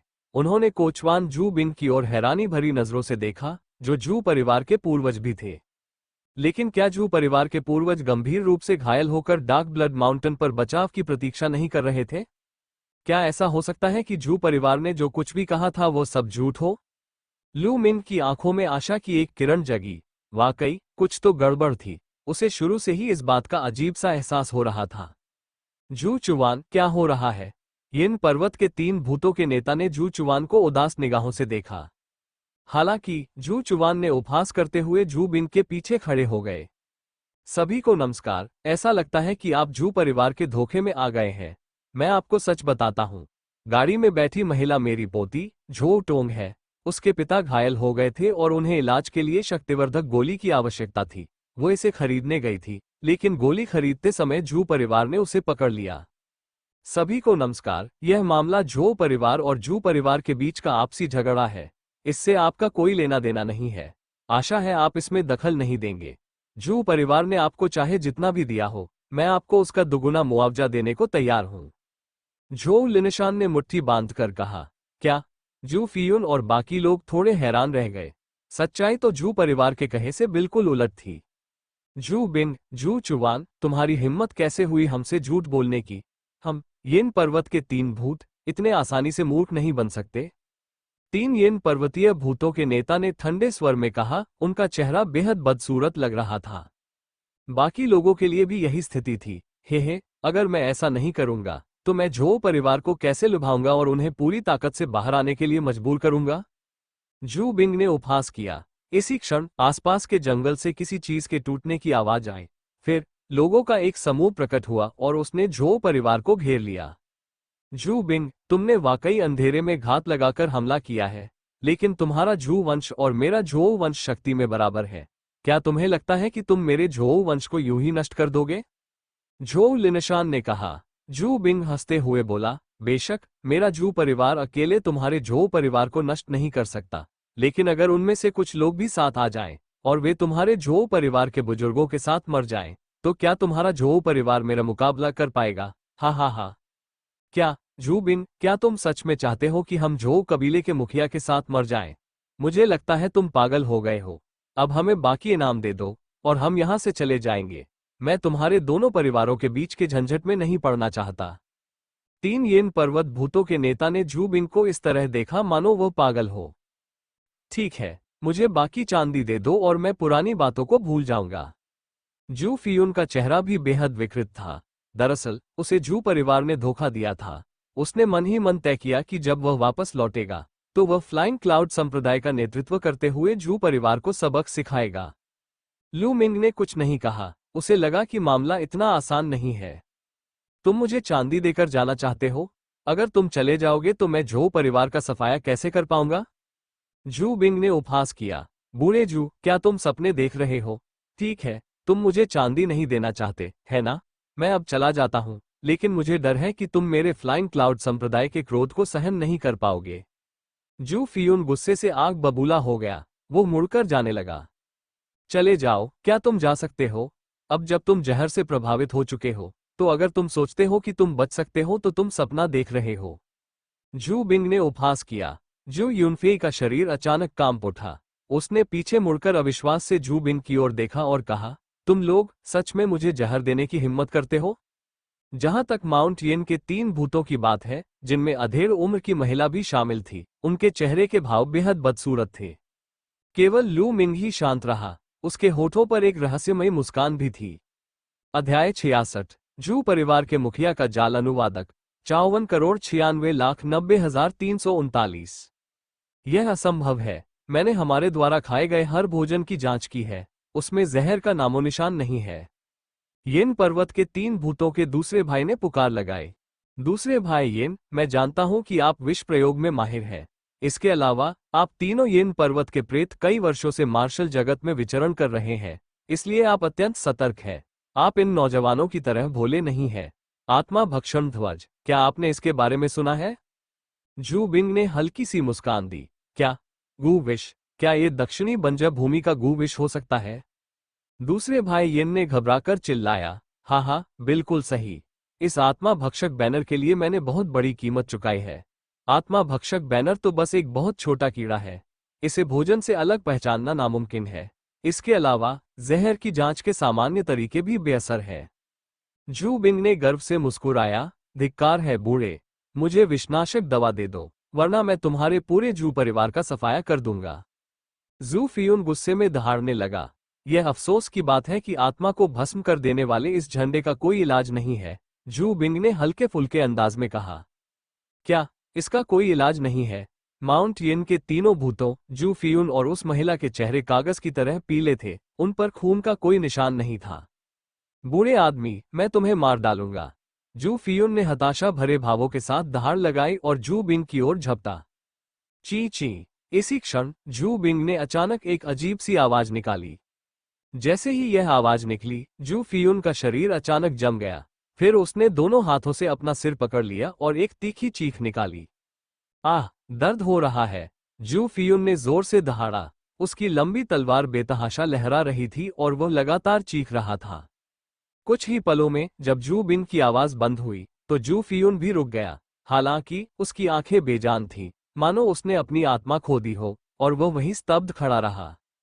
हाँ हाँ, अब जब तुम आत्मा को निगलने वाले झंडे के जहर से दूषित हो चुके हो तो तुम मेरी कठपुतली हो। अब भी विरोध करना चाहते हो? जू बिंग ने उपहास किया। नहीं नहीं। तीनों यिन पर्वत भूतों को अपनी आंखों पर विश्वास नहीं हो रहा था। जू बिंग, यहाँ रहस्यमयी तलवार संप्रदाय के शिष्य मौजूद हैं, फिर भी तुम उन पर हाथ उठाने की हिम्मत करते हो। अगर यह बात बाहर फैल गई तो तुम्हारा पूरा जू परिवार नष्ट हो जाएगा। बिग बॉस येन ने अनिच्छा से पुकारा। तो क्या हुआ अगर यह रहस्यमयी तलवार संप्रदाय है? जब तक वह मर चुका है, किसे पता चलेगा कि जो परिवार नष्ट हो गया है? ठीक है, अब आप लोग साथ जा सकते हैं, जू बिंग ने कहा और फिर एक कर्कश आवाज निकाली। येन पर्वत के तीन भूतों और अन्य लोगों ने तीखी चीखें मारी। आक्रमण करना, झोउ लिनशान चिल्लाया। वो दौड़कर उन्हें रोकना चाहता था, लेकिन येन पर्वत के तीनों भूत पागल हो चुके थे। वे बेहद भयानक थे। उन्होंने झोउ कबीले के लोगों पर कुछ वार किए और झोउ कबीले के लोग पीछे हटने पर मजबूर हो गए। गू द्वारा जहर दिए जाने के बाद वह मृत्यु से नहीं डरता था, और यहां तक कि उसकी युद्ध शक्ति एक स्तर तक बढ़ गई थी। हालांकि इस समय जू बिंग ने अविश्वास से चीखते हुए कहा, लू मिंग, तुम ठीक कैसे हो? इस समय लू मिंग उदासीन भाव से वहीं खड़ा सब कुछ देख रहा था। क्या हुआ? मैं मुसीबत में क्यों हूं? मुझे जहर नहीं दिया गया है? लू मिंग ने हल्की सी मुस्कान दी। तुम्हें जहर नहीं दिया गया? यह असंभव है। मैंने हर बार जांच की है और तुमने हर बार खाना खाया है। तुम्हें जहर कैसे नहीं दिया जा सकता? जू बिंग अविश्वास से चिल्ला उठा। लू मिंग और बाकी लोगों के अपने अपने तंबू थे। हर भोजन जू बिंग के आदमियों द्वारा पहुंचाया जाता था। वह हर बार भोजन की जांच करता था ताकि कोई गड़बड़ी न हो। उन्हें अच्छी तरह याद था कि लू मिंग हर बार सारा खाना चट कर जाता था। कहीं तुम ये तो नहीं भूल गए कि इस दुनिया में स्टोरेज रिंग जैसी चीजें भी होती हैं? लू मिंग ने हल्की सी मुस्कान दी। एक संग्रहण अंगूठी। आश्चर्य की बात नहीं, आश्चर्य की बात नहीं। रहस्यमयी तलवार संप्रदाय के शिष्य वाकई असाधारण है। इतनी कम उम्र में तुम्हारे पास संग्रहण अंगूठी जैसा खजाना है। ऐसा लगता है कि रहस्यमयी तलवार संप्रदाय में तुम्हारा दर्जा साधारण नहीं है। जू बिंग को ये बात समझ में आ गई। अपनी तमाम गणनाओं के बावजूद वो स्टोरेज रिंग को खोजने से चूक गया था। भंडारण के छल्ले आम वस्तुएं नहीं थे। इसके विपरीत वे अत्यंत दुर्लभ थे और मूलतः प्रमुख शक्तियों के एकाधिकार में थे। धनवान होने पर भी कोई उन्हें खरीद नहीं सकता था। येन पर्वत के तीन भूतों जैसे लोगों के लिए वे अभी भी कुछ लाख तायल चांदी निकाल सकते थे, लेकिन उनके पास भंडारण की अंगूठी नहीं थी, क्योंकि इसे खरीदने के लिए कोई जगह नहीं थी। कीमत तो थी लेकिन बाजार नहीं था। लेकिन आप इतने सावधान क्यों हैं? अगर आपके पास स्टोरेज रिंग भी है तो भी आप उसे खाए बिना नहीं रह सकते, है ना? जू बिंग ने उत्सुकता से पूछा। क्योंकि आप लोगों को समस्या है। लू मिंग ने हल्की सी मुस्कान दी। जिस दिन से हमने यात्रा शुरू की, मुझे पहले ही महसूस हो गया था कि कुछ गड़बड़ है। जू परिवार की सम्मानित महिला दूसरों से मिलने की हिम्मत ही नहीं करती थी। हालांकि आपने कहा कि उनकी तबीयत ठीक नहीं थी, लेकिन मेरे पास कोई चारा नहीं था। मैं बहुत सावधान स्वभाव का व्यक्ति हूँ, इसलिए मुझे सिर्फ वही राशन खाना पड़ा जो मैं अपने साथ लाया था। उसके बाद चेन शिन की हत्या कर दी गई, जिससे मेरा शक और भी बढ़ गया। मैंने रास्ते में देखा कि चेन शिन लगातार गाड़ी की ओर देख रहा था। मुझे लगता है कि यह बूढ़ा आदमी कामुक है और उसने जू परिवार की सबसे बड़ी बेटी को पहले भी देखा होगा। इसलिए उस रात चेन शिन शायद अपनी वासना पर काबू नहीं रख पाया और जू परिवार की सबसे बड़ी बेटी को छूना चाहता था। उसे पता चल गया होगा कि जू परिवार की युवती नकली थी, इसलिए उसे चुप कराने के लिए उसकी हत्या कर दी गई। एक साधारण व्यक्ति उसे इतनी आसानी से कैसे मार सकता है? अब जब मैं इस बारे में सोचता हूं, तो मुझे लगता है कि उसे मारने वाला तुम ही थे। और जहां तक मुझे पता है, आपका जू परिवार कमजोर नहीं है, लेकिन आपने मुझे सुरक्षा देने के लिए केवल कुछ ही गार्ड भेजे हैं, और वे सभी इतने कमजोर हैं। ये और भी संदेहजनक है। इतने सारे संदेह के बिंदुओं के साथ मैं आपके द्वारा भेजा गया भोजन खाने की हिम्मत कैसे कर सकता हूं? लू मिंग का विश्लेषण स्पष्ट और तार्किक था। उफ, आजकल पैसे कमाना आसान नहीं है। अंत में लू मिंग ने एक लंबी आह भरी। हाँ, मुझे नहीं लगा था कि तुम इतनी कम उम्र में इतने सावधान होगे। लेकिन अगर तुम्हें जहर नहीं दिया गया तो क्या हुआ? आज तो तुम्हारी मौत वैसे भी हो जाएगी। जू बिन की आंखों में हत्या का भाव साफ झलक रहा था। हाथ के एक इशारे से जू बिन के हाथ में एक लंबा भाला प्रकट हो गया। इसे करें। जू बिन के नेतृत्व में जू वंश के विशेषज्ञों ने एक के बाद एक कार्रवाई करते हुए झो वंश के लोगों से लड़ाई की। उसी समय उसने एक चीख जैसी आवाज निकाली। यिन पर्वत के तीनों भूत जंगली जानवरों की तरह दहाड़ते हुए झो लिनिशान और झो परिवार के 7 बुजुर्गों पर टूट पड़े। एक अराजक लड़ाई शुरू हो गई। जैसे ही उन्होंने कोई कदम उठाया, झो परिवार पूरी तरह से नुकसान में आ गया। यिन पर्वत के तीनों भूत मृत्यु से भयभीत नहीं थे। उन्होंने अपनी भयानक युद्ध शक्ति का प्रदर्शन करते हुए झो लिनिशान और झो परिवार के मुखिया को जकड़ लिया। हालांकि जू कबीले के मुखिया ने अपने हाथ छुड़ा लिए और जेब से कुछ निकालते ही आसानी से अन्य झो कबीले के विशेषज्ञों को मार डाला। लू मिंग, मैं तुम्हें स्वयं विदा करूंगा, टकराना। जू बिंग ने अपने पैर पटके और तोप के गोले की तरह लू मिंग की ओर दौड़ा। उसके हाथ में मौजूद लंबा भाला बिजली की तरह तेज था, जो सीधे लू मिंग के गले की ओर निशाना साध रहा था। वूश, तलवार म्यान से बाहर निकली और तलवार की रोशनी फूट पड़ी, जो भाले से टकराए। एक तेज आवाज के साथ लू मिंग नहीं हिला, लेकिन जू बिंग 3 कदम पीछे हट गया। जू बिंग की आंखों में अविश्वास का भाव झलक रहा था और वह दहाड़ते हुए बोला, ये कैसे संभव है? एक साधारण 5वीं श्रेणी का मास्टर स्तर का साधक इतना शक्तिशाली कैसे हो सकता है? वो 7वीं श्रेणी के मास्टर स्तर के शुरुआती चरण में था, जो लू मिंग से 2 स्तर ऊपर था। ये बात बिल्कुल अविश्वसनीय थी कि लू मिंग ने उसे एक ही झटके में पीछे हटने पर मजबूर कर दिया। रहस्यमयी तलवार संप्रदाय का शिष्य भी इतना शक्तिशाली नहीं हो सकता, है ना?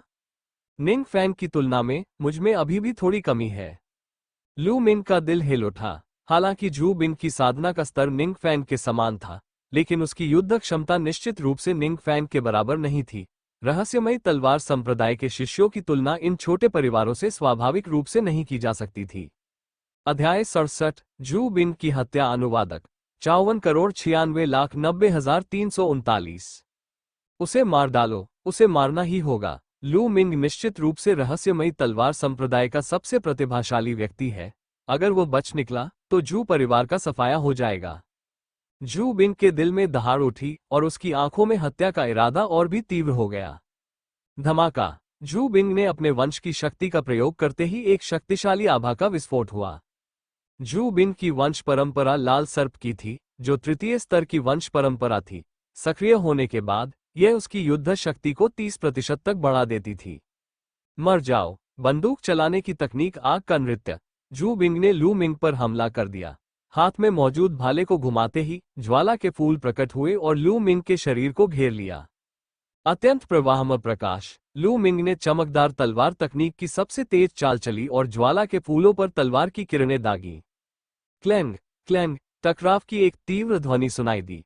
चारों दिशाओं में चिंगारियां उड़ने लगी और लू मिंग कुछ कदम पीछे हट गया। ये भाला चलाने की कितनी शक्तिशाली तकनीक है। इस तकनीक की शक्ति मेरी वर्तमान मूनबीम तलवार तकनीक से कहीं अधिक है। लू मिंग के चेहरे के भाव में थोड़ा बदलाव आया। उसने पहले ही तेजस्वी तलवार तकनीक को 5वें स्तर तक विकसित कर लिया था। क्या ऐसा हो सकता है कि जू बिंग ने भी पीले स्तर की उच्च श्रेणी की मार्शल आर्ट तकनीक का अभ्यास किया हो और उसे 6ठे स्तर तक विकसित कर लिया हो? नहीं तो वो इतना ताकतवर कैसे हो सकता था? फायर गन 8 बिजली की रफ्तार से पीछा करना। जू बिन का शरीर थोड़ा सा डगमगाया और उसने अपना भाला फिर से लू मिंग की ओर चलाया। भाले की गति अविश्वसनीय रूप से तेज थी, मानो लाल बिजली की तरह। लंबा भाला हवा को चीरता हुआ निकला और कान फाड़ देने वाली तीखी आवाज पैदा कर दी।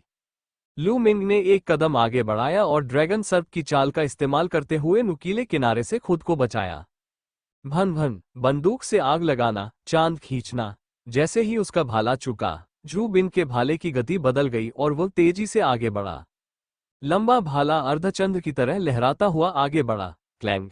लू मिंग ने अपनी लंबी तलवार से हमले को रोक दिया, साथ ही उसने अपनी शक्ति का उपयोग करते हुए तेजी से पीछे हटना शुरू कर दिया।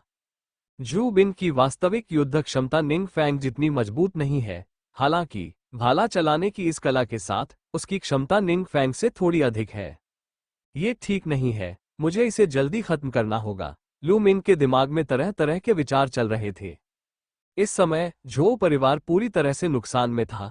वे अब और इंतजार नहीं कर सकते थे, अन्यथा जब जू परिवार के बड़े बुजुर्ग मिलकर उन पर हमला करेंगे तो उनकी हालत खराब हो जाएगी। ये सोचते ही लू मिंग अपने शरीर पर खून जैसे लाल प्रकाश की एक चमक के साथ जू बिन की ओर दौड़ा। वंश का विस्फोट, मर जाओ, बंदूक से कवच तोड़ो। जू बिन का भाला लू मिंग की ओर लक्षित था। भाले की नोक में घूमने की तीव्र काटने की शक्ति थी, लेकिन लू मिंग को इसकी परवाह नहीं थी। उसे बस खतरे के असली सिरे से बचना था। क्लैंग। उसने अपनी लंबी तलवार घुमाई और भाले की नोक को रोक दिया। फिर लू मिंग भाले के सहारे आगे बढ़ा और एक मुक्का मारा। उसने लंबे भाले से निकलने वाली घूमती हुई काटने की शक्ति को पूरी तरह से नजरअंदाज कर दिया। लू मिंग के पास अब चौथे स्तर की रक्त नाड़ी थी। जब उसकी रक्त नाड़ी फटी तो उसकी युद्ध शक्ति में 40% की वृद्धि हुई। इस मौके को रोकना नामुमकिन था।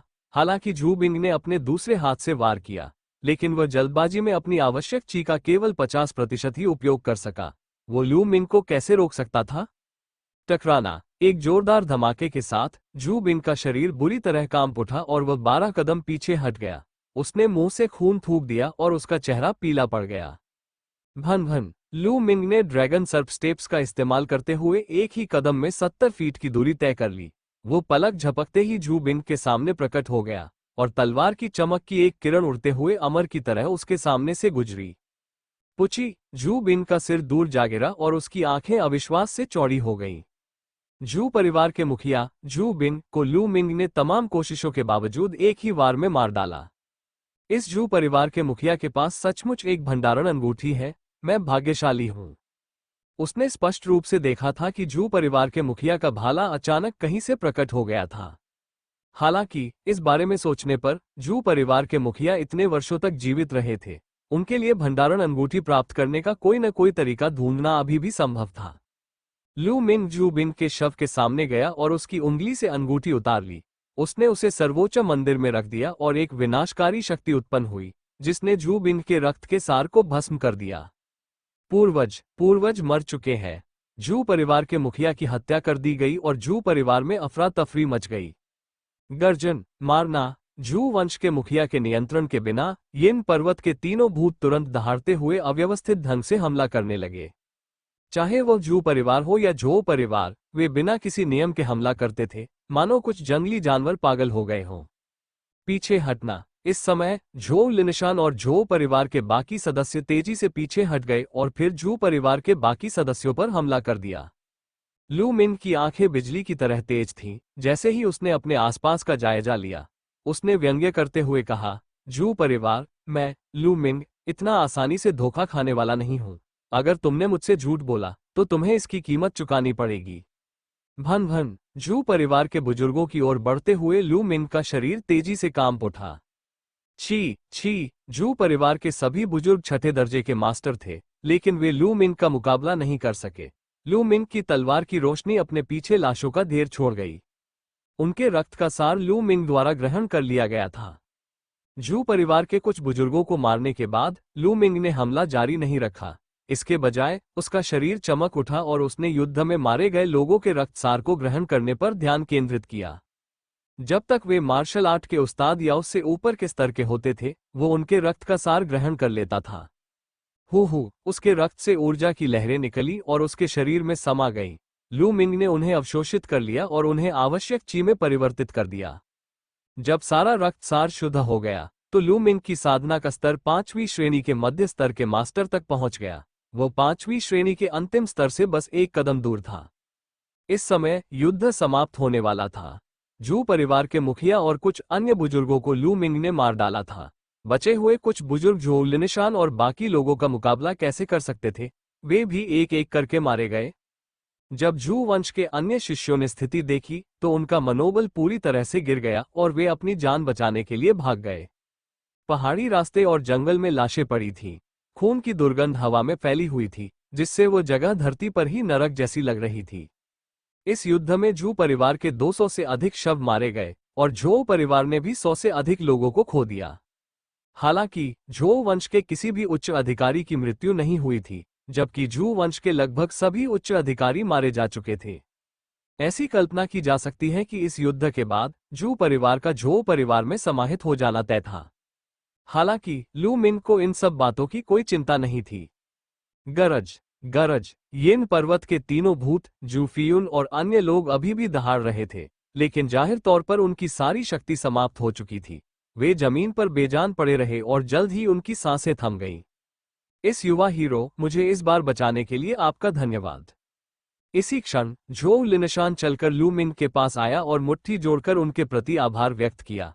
उसने उन्हें झुककर प्रणाम किया और हार्दिक कृतज्ञता प्रकट की। अगर लू मिंग ने कदम न उठाया होता और जू परिवार के मुखिया और कुछ बुजुर्गों की हत्या न की होती तो परिणाम पूरी तरह से उलट गया होता। वो लू मिंग के प्रति हार्दिक रूप से आभारी था। आपका स्वागत है, झोउ परिवार के मुखिया। मैं तो बस अपनी रक्षा कर रहा था। अभिवादन करते हुए उस व्यक्ति के चेहरे पर हल्की सी मुस्कान आ गई और उसने अपने हाथों को जोड़कर अभिवादन किया। झोउ लिनशान ने हल्की सी मुस्कान दी। हालांकि जब उनकी नजर लू मिंग के हाथ में मौजूद लंबी तलवार पर पड़ी तो उनका चेहरा बदल गया और वे चिल्ला उठे, स्वर्गीय तारा तलवार, ये तुम्हारे हाथों में क्यों है? जैसे ही उसने ये कहा, लू मिंग का दिल कांप उठा। उसकी आंखें चमक उठी और उसने कहा, तुम्हें इस तलवार का नाम कैसे पता? क्या तुम मेरे पिता को जानते हो? तुम्हारे पिता? क्या ऐसा हो सकता है कि तुम भाई यूनटियन के बेटे हो? झोउ लिनशान सुखद रूप से आश्चर्यचकित हो गया। जी हाँ, मैं लू यूनटियन का बेटा हूँ। लू मिंग ने झोउ लिनशान पर अपनी निगाहें जमाई। हा, मैंने ही तो तुम्हारी माँ को ये दिव्य तारा तलवार दी थी। भला मुझे ये कैसे पता नहीं होगा कि इस तलवार का नाम क्या है? झोउ लिनशान जोर से हंस पड़ी। वो बहुत उत्साहित दिख रही थी। अध्याय 68 लू यूनटियन की खबर। अनुवादक 54,96,90,339। ये सुनकर लू मिंग की आंखें चौड़ी हो गईं और उसने घबराकर कहा, क्या आप कह रहे हैं कि आपने ही मेरी माँ को ये तलवार दी थी? इतना खराब भी नहीं। झोउ लिनशान ने अपनी दाढ़ी सहलाई और सिर हिलाया। मुझे याद है कि इस तलवार के अलावा एक कांसे का लटकन भी था। लू मिंग को अब कोई संदेह नहीं था। उसने मुट्ठी जोड़कर कहा, लू मिंग, झोउ परिवार के मुखिया को प्रणाम करता है। हाँ, हमारी मुलाकात को तो कई साल हो गए। मुझे उम्मीद नहीं थी कि आप इतने बूढ़े हो चुके होंगे और आपकी साधना का आधार इतना गहरा होगा। झोउ लिनशान हंसते हुए बोली, चलिए वहां जाकर बात करते हैं। कुछ देर बाद वे दोनों एक पहाड़ी पर पहुंच गए। झोउ लिनशान ने लू मिंग को उसके और लू यूनटियन के बारे में बताया। जैसा कि पता चला, 8 साल से भी अधिक समय पहले जब झोउ लिनशान यात्रा पर थे, तब लू यूनटियन ने ही उन्हें खतरे में होने पर बचाया था। बाद में उन दोनों के बीच अच्छी दोस्ती हो गई और वे घनिष्ठ मित्र बन गए। लगभग 7 साल पहले लू यूनटियन ने झोउ लिनशान को ढूंढा और उसे 2 चीजें सौंपीं। उनमें से एक स्वर्गीय तारा तलवार थी और दूसरी एक कांस्य की लटकन थी।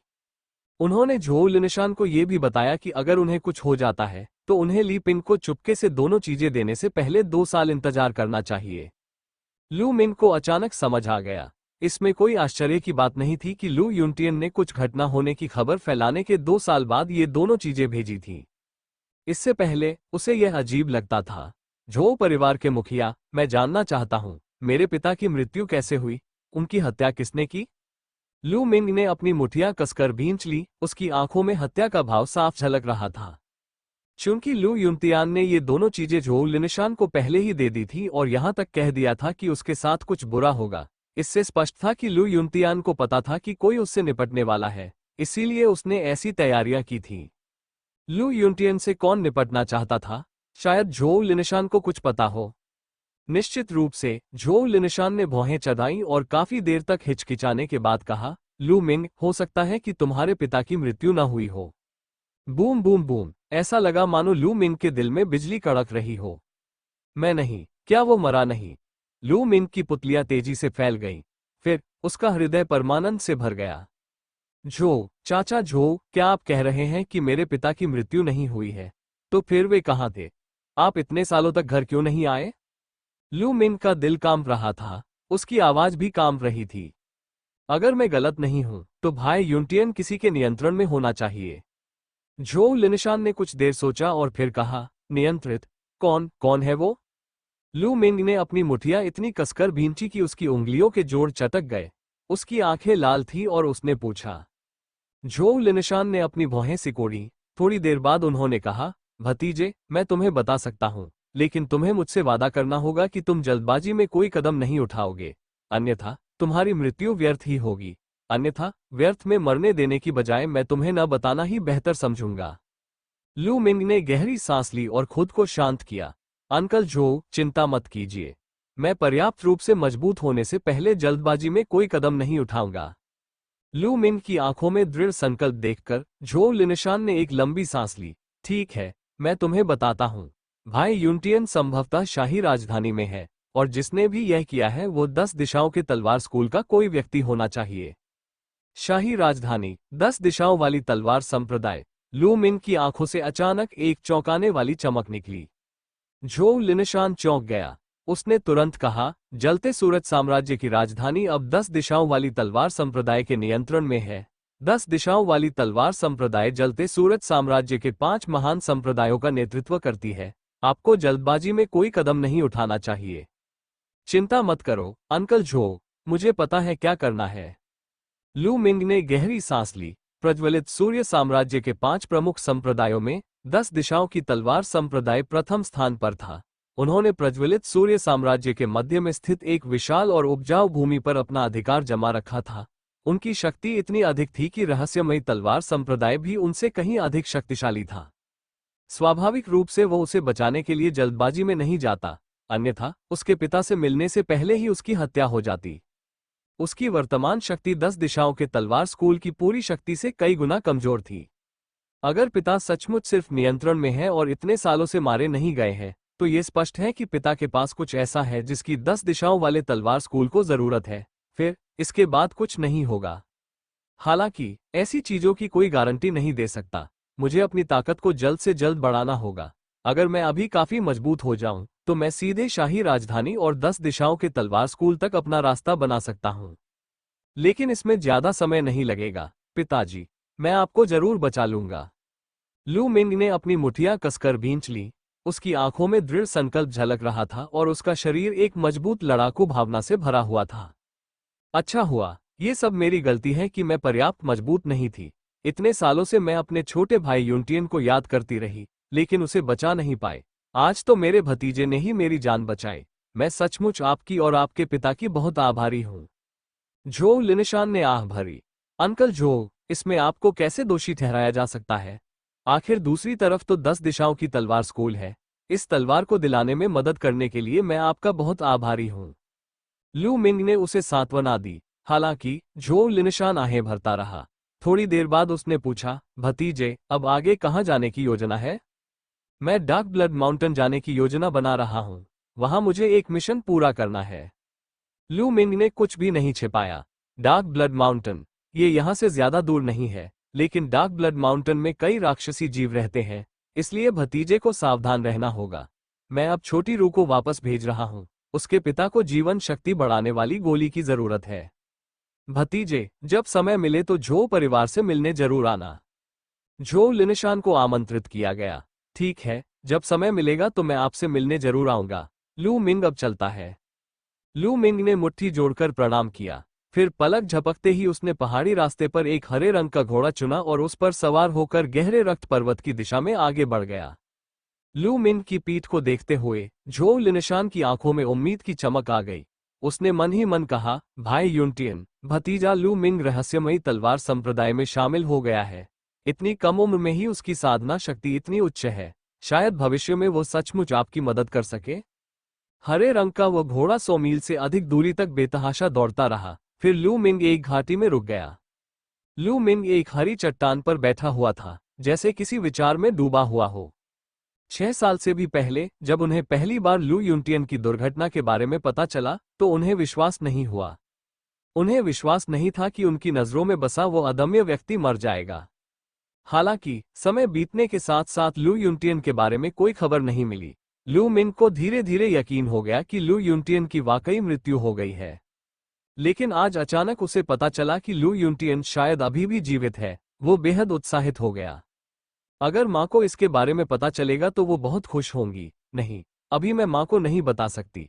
अगर माँ को पता चला कि पिताजी 10 दिशाओं के तलवार स्कूल के हाथों में है तो वो और भी ज्यादा चिंतित हो जाएंगी। पिताजी, आपको मेरा इंतजार करना होगा। मिंग एर आपको जरूर बचाएगी। 10 दिशाओं की तलवार संप्रदाय के लोगों, मैं लू मिंग कसम खाता हूं कि चाहे आप कोई भी हो, मैं आपसे इसका बदला जरूर लूंगा। लू मिंग के विचार कहीं खो गए। उसे वे दिन याद आ गए जब लू युनटियन अभी भी आसपास हुआ करती थी। लू मिंग को पता ही नहीं चला कि कितना समय बीत गया था। तभी वो अपने विचारों से बाहर आया। फिर एक विचार के साथ लू मिंग सर्वोच्च मंदिर में प्रकट हुआ। वो इस समय सर्वोच्च मंदिर के दूसरे चबूतरे पर था।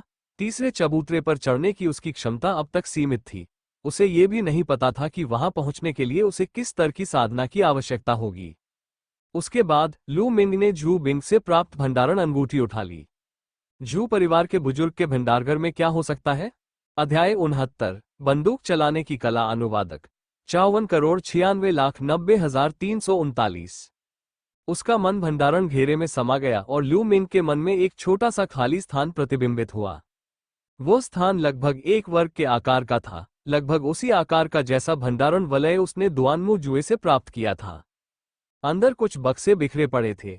हाथ के इशारे से ये बक्से सर्वोच्च मंदिर के चबूतरे पर प्रकट हो गए। सबसे पहले लू मिंग की नजर एक छोटे और खूबसूरत डिब्बे पर पड़ी। क्योंकि इस डिब्बे पर सोने की परत चढ़ी हुई थी, इसलिए यह आलीशान और असाधारण दिख रहा था। बॉक्स खोलने पर पता चला कि वह एक किताब थी। आग उगलने की कला एक युद्ध कौशल था। लू मिंग को जू बिंग द्वारा पहले प्रदर्शित भाले की तकनीक याद आ गई। क्या इसे अग्नितोप तकनीक नहीं कहा जाता था? उन्हें अभी भी उस भाले की कला की शक्ति याद थी। उसने कुछ उत्सुकता के साथ उसे खोला। पहली नजर में ही लू मिंग चौंक गया। एक उच्च कोटि की युद्धकला। ये भाला चलाने की तकनीक वास्तव में एक उच्च कोटि की युद्धकला थी। निम्न श्रेणी की मार्शल आर्ट तकनीक, बंदूक चलाने की तकनीक। इसमें कोई हैरानी की बात नहीं कि यह इतना शक्तिशाली है। ये वास्तव में एक उच्च कोटि की मार्शल आर्ट तकनीक है। मुझे तो जैसे लॉटरी लग गई। लू मिंग बेहद खुश था। एक black grade martial skill yellow grade martial skill से कई गुना अधिक मूल्यवान होती है। लू मिंग इसे पढ़ने के लिए बेताब था। जितना ज्यादा वो पढ़ता गया उतना ही ज्यादा वो हैरान होता गया। कितनी शक्तिशाली शक्ति है! इसकी तुलना किसी भी श्रेणी के पीले रंग के मार्शल कौशल से नहीं की जा सकती। अंतर आसमान और जमीन जैसा है। जू बिंग ने शायद अभी इसे पहले स्तर तक ही विकसित किया है और अभी तो उसने बस इसके द्वार की एक झलक ही देखी है। लू मिंग ने मन ही मन कुछ बुदबुदाया। सामान्य तौर पर यदि कोई व्यक्ति किसी निम्न स्तर की मार्शल आर्ट तकनीक को पहले स्तर तक विकसित कर लेता है तो उसकी शक्ति उच्च स्तर की मार्शल आर्ट तकनीक के छठे स्तर के बराबर होगी। पहला स्तर ही पीले ग्रेड की उच्च स्तरीय मार्शल आर्ट तकनीक के छठे स्तर के बराबर था। इससे काले ग्रेड की मार्शल आर्ट तकनीक की शक्ति का केवल अंदाजा ही लगाया जा सकता था। लेकिन साथ ही काले स्तर की मार्शल आर्ट तकनीकों को विकसित करना पीले स्तर की मार्शल आर्ट तकनीकों की तुलना में कई गुना अधिक कठिन था। एक सामान्य मास्टर स्तर के योद्धा के लिए भी इसे सफलतापूर्वक विकसित करना मुश्किल था, जब तक कि वो कोई असाधारण प्रतिभा का धनी ना हो। जू बिंग ने दशकों तक कड़ी मेहनत से प्रशिक्षण लिया था, लेकिन वो केवल प्रथम स्तर तक ही साधना कर पाया था। मुझे आश्चर्य है कि मिस्टिक एसेंट स्वॉर्ड सेक्ट की लाइब्रेरी में ब्लैक रैंक मार्शल आर्ट तकनीक प्राप्त करने के लिए कितने योगदान अंक लगेंगे। अफसोस की बात है कि यह भाले की तकनीक है और मैं तलवार का अभ्यासी हूं, इसलिए मैं इसका अभ्यास नहीं कर सकता। लू मिंग ने मन ही मन आह भरी। इंतजार। लू मिंग की आंखें पहले गहरी हुई और फिर चमक उठी। उसने बुदबुदाते हुए कहा, किसने कहा कि मैं तलवारबाज हूं?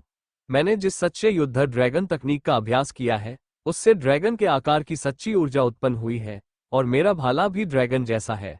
शायद मैं अब तक गलत दिशा में जा रहा था। लू मिंग बचपन से ही तलवार के बल पर विश्व भ्रमण करना चाहता था। स्वाभाविक रूप से उसे तलवारों से विशेष लगाव था। बाद में उसने सर्वोच्च मंदिर से तेजस्वी तलवार तकनीक प्राप्त की और रहस्यमय तलवार संप्रदाय में शामिल हो गया।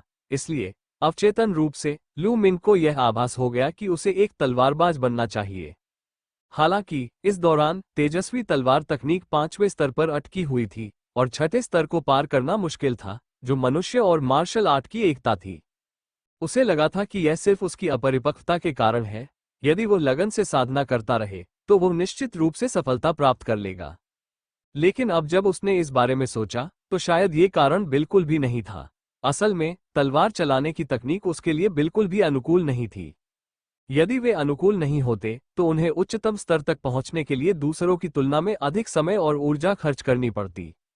कुछ लोग तलवार चलाने के लिए पैदा होते हैं, जबकि कुछ लोग कृपान या भाला चलाने के लिए पैदा होते हैं। बेशक यह व्यक्ति के व्यक्तित्व, साधना तकनीकों और यहां तक कि उसके द्वारा जागृत की गई वंश परंपरा से भी संबंधित था। लू मिंग की बात करें तो उसने सच्चे युद्ध ड्रैगन तकनीक का अभ्यास किया था और अपनी वंश परंपरा को जागृत कर लिया था। अब जब वो कुछ हद तक सांप जैसा हो गया था तो क्या वो भाले के साथ अधिक अनुकूल नहीं होगा? लू मिंग ने जू बिन का लंबा भाला उठाया और उसे आगे की ओर फेंका। भन भन, लंबा भाला हवा में तेजी से आगे बढ़ा और एक तीखी सीटी जैसी आवाज निकली। लू मिंग ने महसूस किया कि भाला आगे बढ़ते ही उसके शरीर में मौजूद ड्रैगन के आकार की प्राण ऊर्जा उमड़ पड़ी। यह ऊर्जा भाले के साथ ही फूट पड़ी। पायली पाला, एक भाले जैसी रोशनी की किरण अजगर की तरह फूट पड़ी और चटकने की आवाज के साथ हवा को चीरती हुई निकल आई। मेरी जेन की भाला चलाने की कला और भी सहज हो गई है, एक ही बार में हो जाती है। जैसा कि उम्मीद थी, मैं भाला चलाने के प्रशिक्षण के लिए ज्यादा उपयुक्त हूँ। लू मिंग ने आह भरी। लगता है कि लौटने के बाद मुझे भाला चलाने की तकनीक को और अच्छे से निखारना पड़ेगा। खैर, अभी इसे छोड़ देते हैं, पहले मैं बाकी बक्सों में देख लेता हूँ कि क्या है। उसने भाला नीचे रख दिया और बाकी बक्सों को देखने लगा। वहां 2 बड़े बक्से थे और वे सभी गहने, सोना और चांदी से भरे हुए थे। दूसरे छोटे बक्से में सोने और चांदी के नोट भरे हुए थे। 1 तायल सोना 10 तायल चांदी के बराबर था। एक मोटे अनुमान के अनुसार इन संदूकों में कम से कम 2 मिलियन टैल्स चांदी थी। इससे लू मिंग बेहद खुश हो गया। 2 मिलियन चांदी के सिक्के 20,000 योगदान बिंदुओं के बराबर थे। इससे कितने राक्षसी पशु रक्त सार का आदान प्रदान किया जा सकता था? इसे तो मार्शल आर्ट की कोई उच्च श्रेणी की तकनीक भी नहीं माना जाता था। लेकिन फायर गन तकनीक के बारे में क्या? ये यात्रा व्यर्थ नहीं गई। हालांकि इस बार लू मिंग को दुनिया के खतरों का सही मायने में एहसास हुआ। ये प्रतिस्पर्धा न केवल रहस्यमय तलवार संप्रदाय के भीतर बल्कि अन्य स्थानों पर भी तीव्र थी। अपने अस्तित्व और संसाधनों की रक्षा के लिए वे बिना रुके लड़ते और मारते रहते थे। चाहे आप किसी बड़े संप्रदाय के शिष्य ही क्यों ना हो, थोड़ी सी भी लापरवाही करने पर आपकी मृत्यु निश्चित थी। इस बार भी जू जियामिंग जानता था कि वह रहस्यमयी तलवार संप्रदाय का शिष्य है, फिर भी उसने हमला करने का साहस किया। अगर वह सावधान नहीं होता तो वह जू बिन की मोहरा बन जाता और उस विषैले कीड़े के नीचे दबकर मर जाता। सभी लोग कड़ी मेहनत कर रहे थे। अगर आप आगे नहीं बढ़ते तो दूसरे आपसे आगे निकल जाते और आप दूसरों के लिए एक सीढ़ी बन जाते। लू मिन किसी और के लिए सीढ़ी बनना नहीं चाहता था, इसलिए उसे कड़ी मेहनत करनी पड़ी। वह चाहता था कि दूसरे उसके लिए सीढ़ी बने। अपना काम पूरा करने के बाद लू मिंग ने सर्वोच्च मंदिर छोड़ दिया और डार्क ब्लड माउंटेन की ओर अपनी यात्रा जारी रखी। एक दिन बाद लू मिंग की आंखों के सामने एक भव्य पर्वत श्रृंखला प्रकट हुई। डार्क ब्लड माउंटेन बनिंग सन साम्राज्य के पूर्वी भाग में स्थित एक प्रसिद्ध पर्वत था।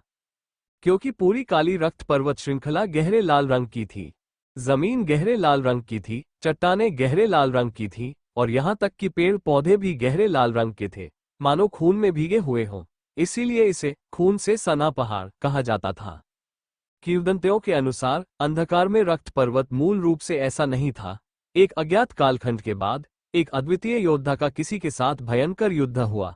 ताजा रक्त पहाड़ों और नदियों में फैल गया और रिस गया और इस प्रकार अंधकार में रक्त पर्वत का निर्माण हुआ। अगर यह सच है तो ये बेहद चौंकाने वाली बात होगी। ये किस प्रकार का अस्तित्व था? क्या इसीलिए इतना खून बहा जिसने पहाड़ों को लाल रंग से रंग दिया? चाहे वो असली हो या नकली, वास्तव में डार्क ब्लड माउंटेन में कुछ बहुत ही अजीब खजाने थे, जिसने कई लोगों को खजाने की तलाश में यहां आने के लिए आकर्षित किया। उनमें ब्लड रे की फ्लावर और डार्क ब्लडस्टोन भी शामिल थे, जिनकी लू मिंग को मिशन के लिए जरूरत थी।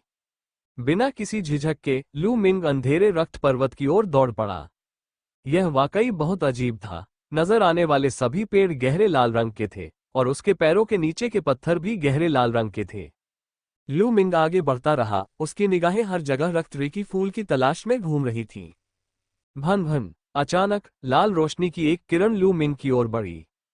भन भन, तलवार म्यान से बाहर निकाली गई और लाल रोशनी दो हिस्सों में कट गई। वो गहरे लाल रंग का बिच्छू था। बिच्छू जहरीला था। लू मिंग ने अपनी गति धीमी कर दी और अपने आसपास के वातावरण का सावधानीपूर्वक अवलोकन किया। कुछ मील बाद गरज गरज गहरे लाल रंग के फर वाले 10 से अधिक विशाल भेड़ियों ने लू मिंग को घेर लिया। ये डार्क ब्लड माउंटेन का अनोखा डार्क ब्लड वुल्फ था। इसकी ऊंचाई 1.5 मीटर और लंबाई 3 मीटर थी। ये बेहद शक्तिशाली था। उनमें से प्रत्येक प्रथम श्रेणी का द्वितीय स्तर का राक्षसी प्राणी था और उनमें से कुछ द्वितीय श्रेणी के द्वितीय स्तर के राक्षसी प्राणी भी थे। गरज गरज 1 दर्जन से अधिक काले रक्त वाले भेड़ियों ने लू मिंग पर हमला कर दिया। अध्याय 70 अजीबोगरीब खून के रंग का तरल पदार्थ। अनुवादक 54,96,90,339। अत्यंत प्रवाहमय प्रकाश, तलवार की रोशनी बिजली की तरह आकाश में चमकी और अपने साथ खून की धाराएं लेकर आए। जब तलवार की रोशनी फीकी पड़ी, तब तक 12 खूनी भेड़िए मारे जा चुके थे। तुरंत ही लू मिंग ने अपनी रक्त नलिका को नियंत्रित किया और काले रक्त वाले भेड़ियों के सभी रक्तसार को ग्रहण कर लिया। क्या इस काले रक्त वाले भेड़िए का रक्तसार जीवन शक्ति से भरपूर है? शोधन प्रक्रिया के दौरान लू मिंग की आंखें चमक उठीं। उसने पाया कि डार्क ब्लड वुल्फ के रक्त में निहित जीवन सार अन्य समान स्तर के राक्षसी जानवरों की तुलना में 2 गुना था। प्रथम श्रेणी के द्वितीय स्तर के काले रक्त वाले भेड़िए का रक्तसार लगभग द्वितीय श्रेणी के अन्य राक्षसी जीवों के रक्तसार के बराबर ही अच्छा था। दूसरे स्तर के दूसरे दर्जे का एक डार्क ब्लड वुल्फ लगभग दूसरे स्तर के तीसरे दर्जे के एक राक्षसी जानवर जितना ही शक्तिशाली था। क्या ऐसा हो सकता है कि डार्क ब्लड माउंटेन के सभी राक्षसी जानवर ऐसे ही हों? क्या रक्तसार में निहित जीवन शक्ति बाहर के राक्षसी जानवरों की तुलना में कहीं अधिक घनी है? लू मिंग ने मन ही मन अनुमान लगाया। फिर वे आगे बढ़ते रहे। रास्ते में उनका सामना कई राक्षसी जानवरों से हुआ, जिन्हें लू मिंग ने मार डाला। जैसा कि उम्मीद थी, यहाँ के राक्षसी जीव, चाहे वे किसी भी प्रजाति के हों, कहीं अधिक समृद्ध सार धारण करते थे। हालांकि उनमें से अधिकांश प्रथम या द्वितीय श्रेणी के राक्षसी जीव थे। उनमें से कुछ ही द्वितीय स्तर की चौथी या 5वीं कक्षा तक पहुंच पाए थे। लू मिंग की प्रगति की संभावना बहुत सीमित थी। ठीक इसी तरह लू मिंग ने रक्त रे की फूल की तलाश में अंधेरे रक्त पर्वत में राक्षसी जानवरों का शिकार किया। हालांकि 3 दिन बीत चुके थे और लू मिंग को एक भी रक्त रे की फूल नहीं मिला। कार्यकुशलता वाकई बेहद खराब थी। लू मिंग को जिस डार्क ब्लडस्टोन की सबसे ज्यादा जरूरत थी, उसका तो कोई नामोनिशान ही नहीं था। लू मिंग के पास खोज जारी रखने और इसे साधना के रूप में लेने के अलावा कोई विकल्प नहीं था। पलक झपकते ही 7 दिन और बीत गए। कुल मिलाकर लू मिंग 10 दिनों से डार्क ब्लड माउंटेन में था। इसी क्षण लू मिंग को आखिरकार एक रक्त रे की फूल मिल गया। दूसरी ओर उनकी साधना पहले ही 5वीं श्रेणी के मास्टर स्तर की उन्नत अवस्था तक पहुंच चुकी थी और वे शिखर तक पहुंचने से ज्यादा दूर नहीं थे।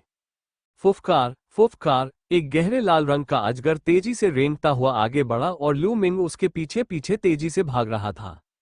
यह विशालकाय अजगर 6ठी श्रेणी के द्वितीय स्तर का एक राक्षसी जीव था।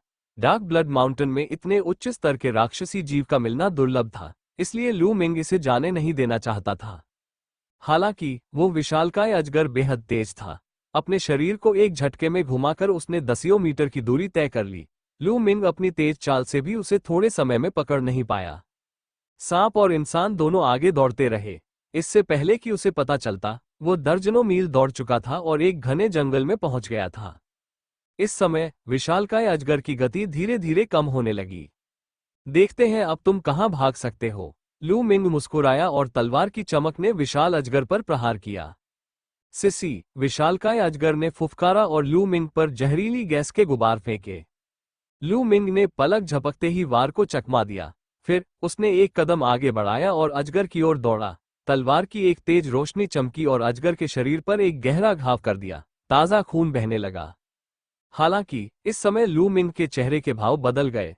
उसे अपनी त्वचा पर जलन भरी पीड़ा महसूस हुई। मानो कोई चीज उसे गला रही हो। क्या चल रहा है? लू मिंग को गहरा सदमा लगा। मैं अजगर की जहरीली गैस से साफ बच गया। ऐसा कैसे हुआ? लू मिंग की आंखें बिजली की तरह तेज थीं, जैसे ही उसने आसपास का जायजा लिया। इस समय उसने महसूस किया कि हवा में एक हल्की गहरे लाल रंग की रक्तमय आभा फैली हुई है। अगर कोई ध्यान न दे तो उसे पता नहीं चलेगा। क्या ऐसा हो सकता है कि यह रक्त ऊर्जा जहरीली हो? लू मिंग का दिल जोर से धड़कने लगा। उसने तुरंत अपनी आवश्यक ऊर्जा को शरीर में प्रवाहित किया और रक्त की ऊर्जा का प्रतिरोध करने के लिए उसे पूरे शरीर में फैला दिया।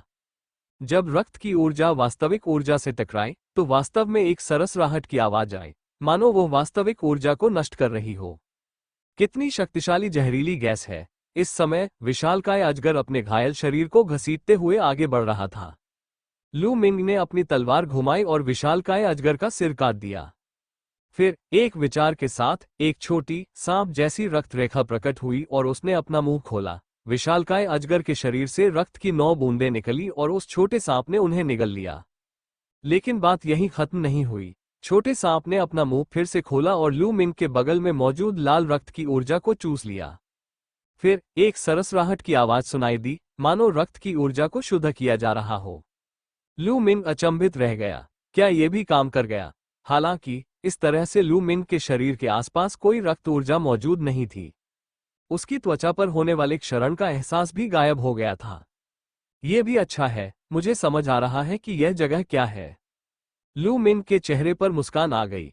वह आगे बढ़ता रहा।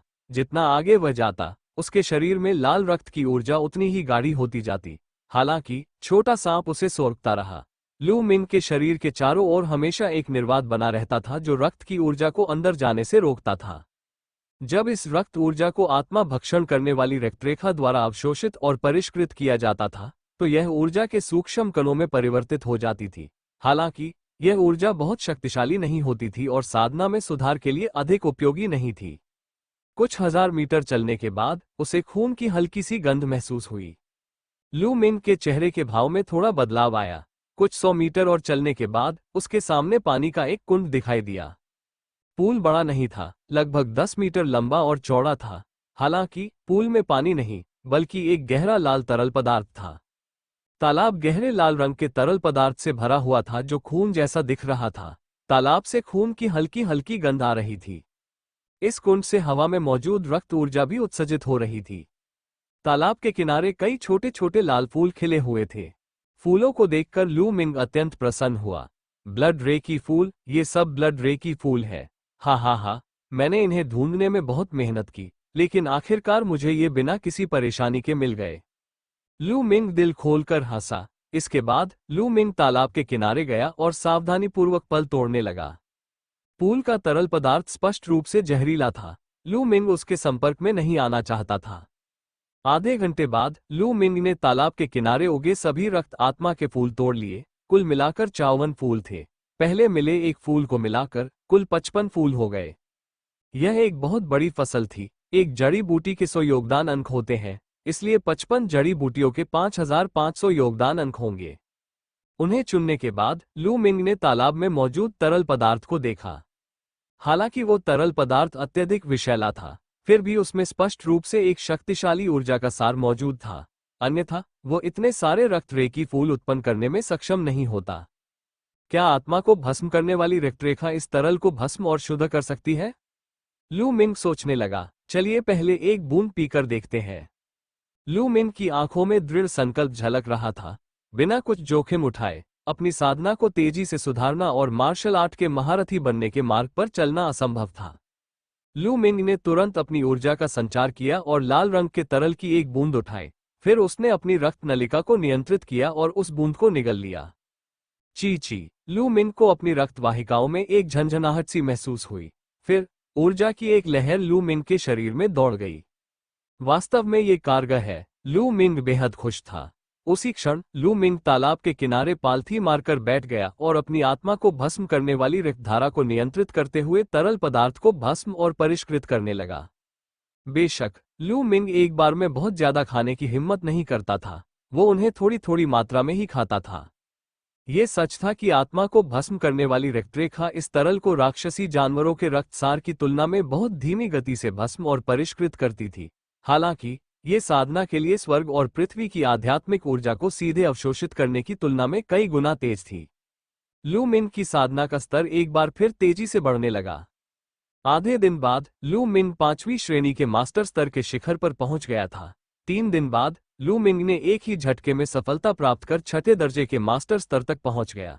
लेकिन बात यहीं खत्म नहीं हुई। लू मिंग ने साधना जारी रखी। उन्होंने 20 दिनों से अधिक समय तक साधना की। कुल मिलाकर लू मिंग 1 महीने से यहां साधना कर रहे थे। 1 महीने के भीतर तालाब का सारा तरल पदार्थ लू मिंग द्वारा पीकर शुद्ध कर दिया गया। केवल एक गड्ढा ही बचा रहा। लू मिंग की साधना भी प्रारंभिक 7वीं श्रेणी के मास्टर स्तर तक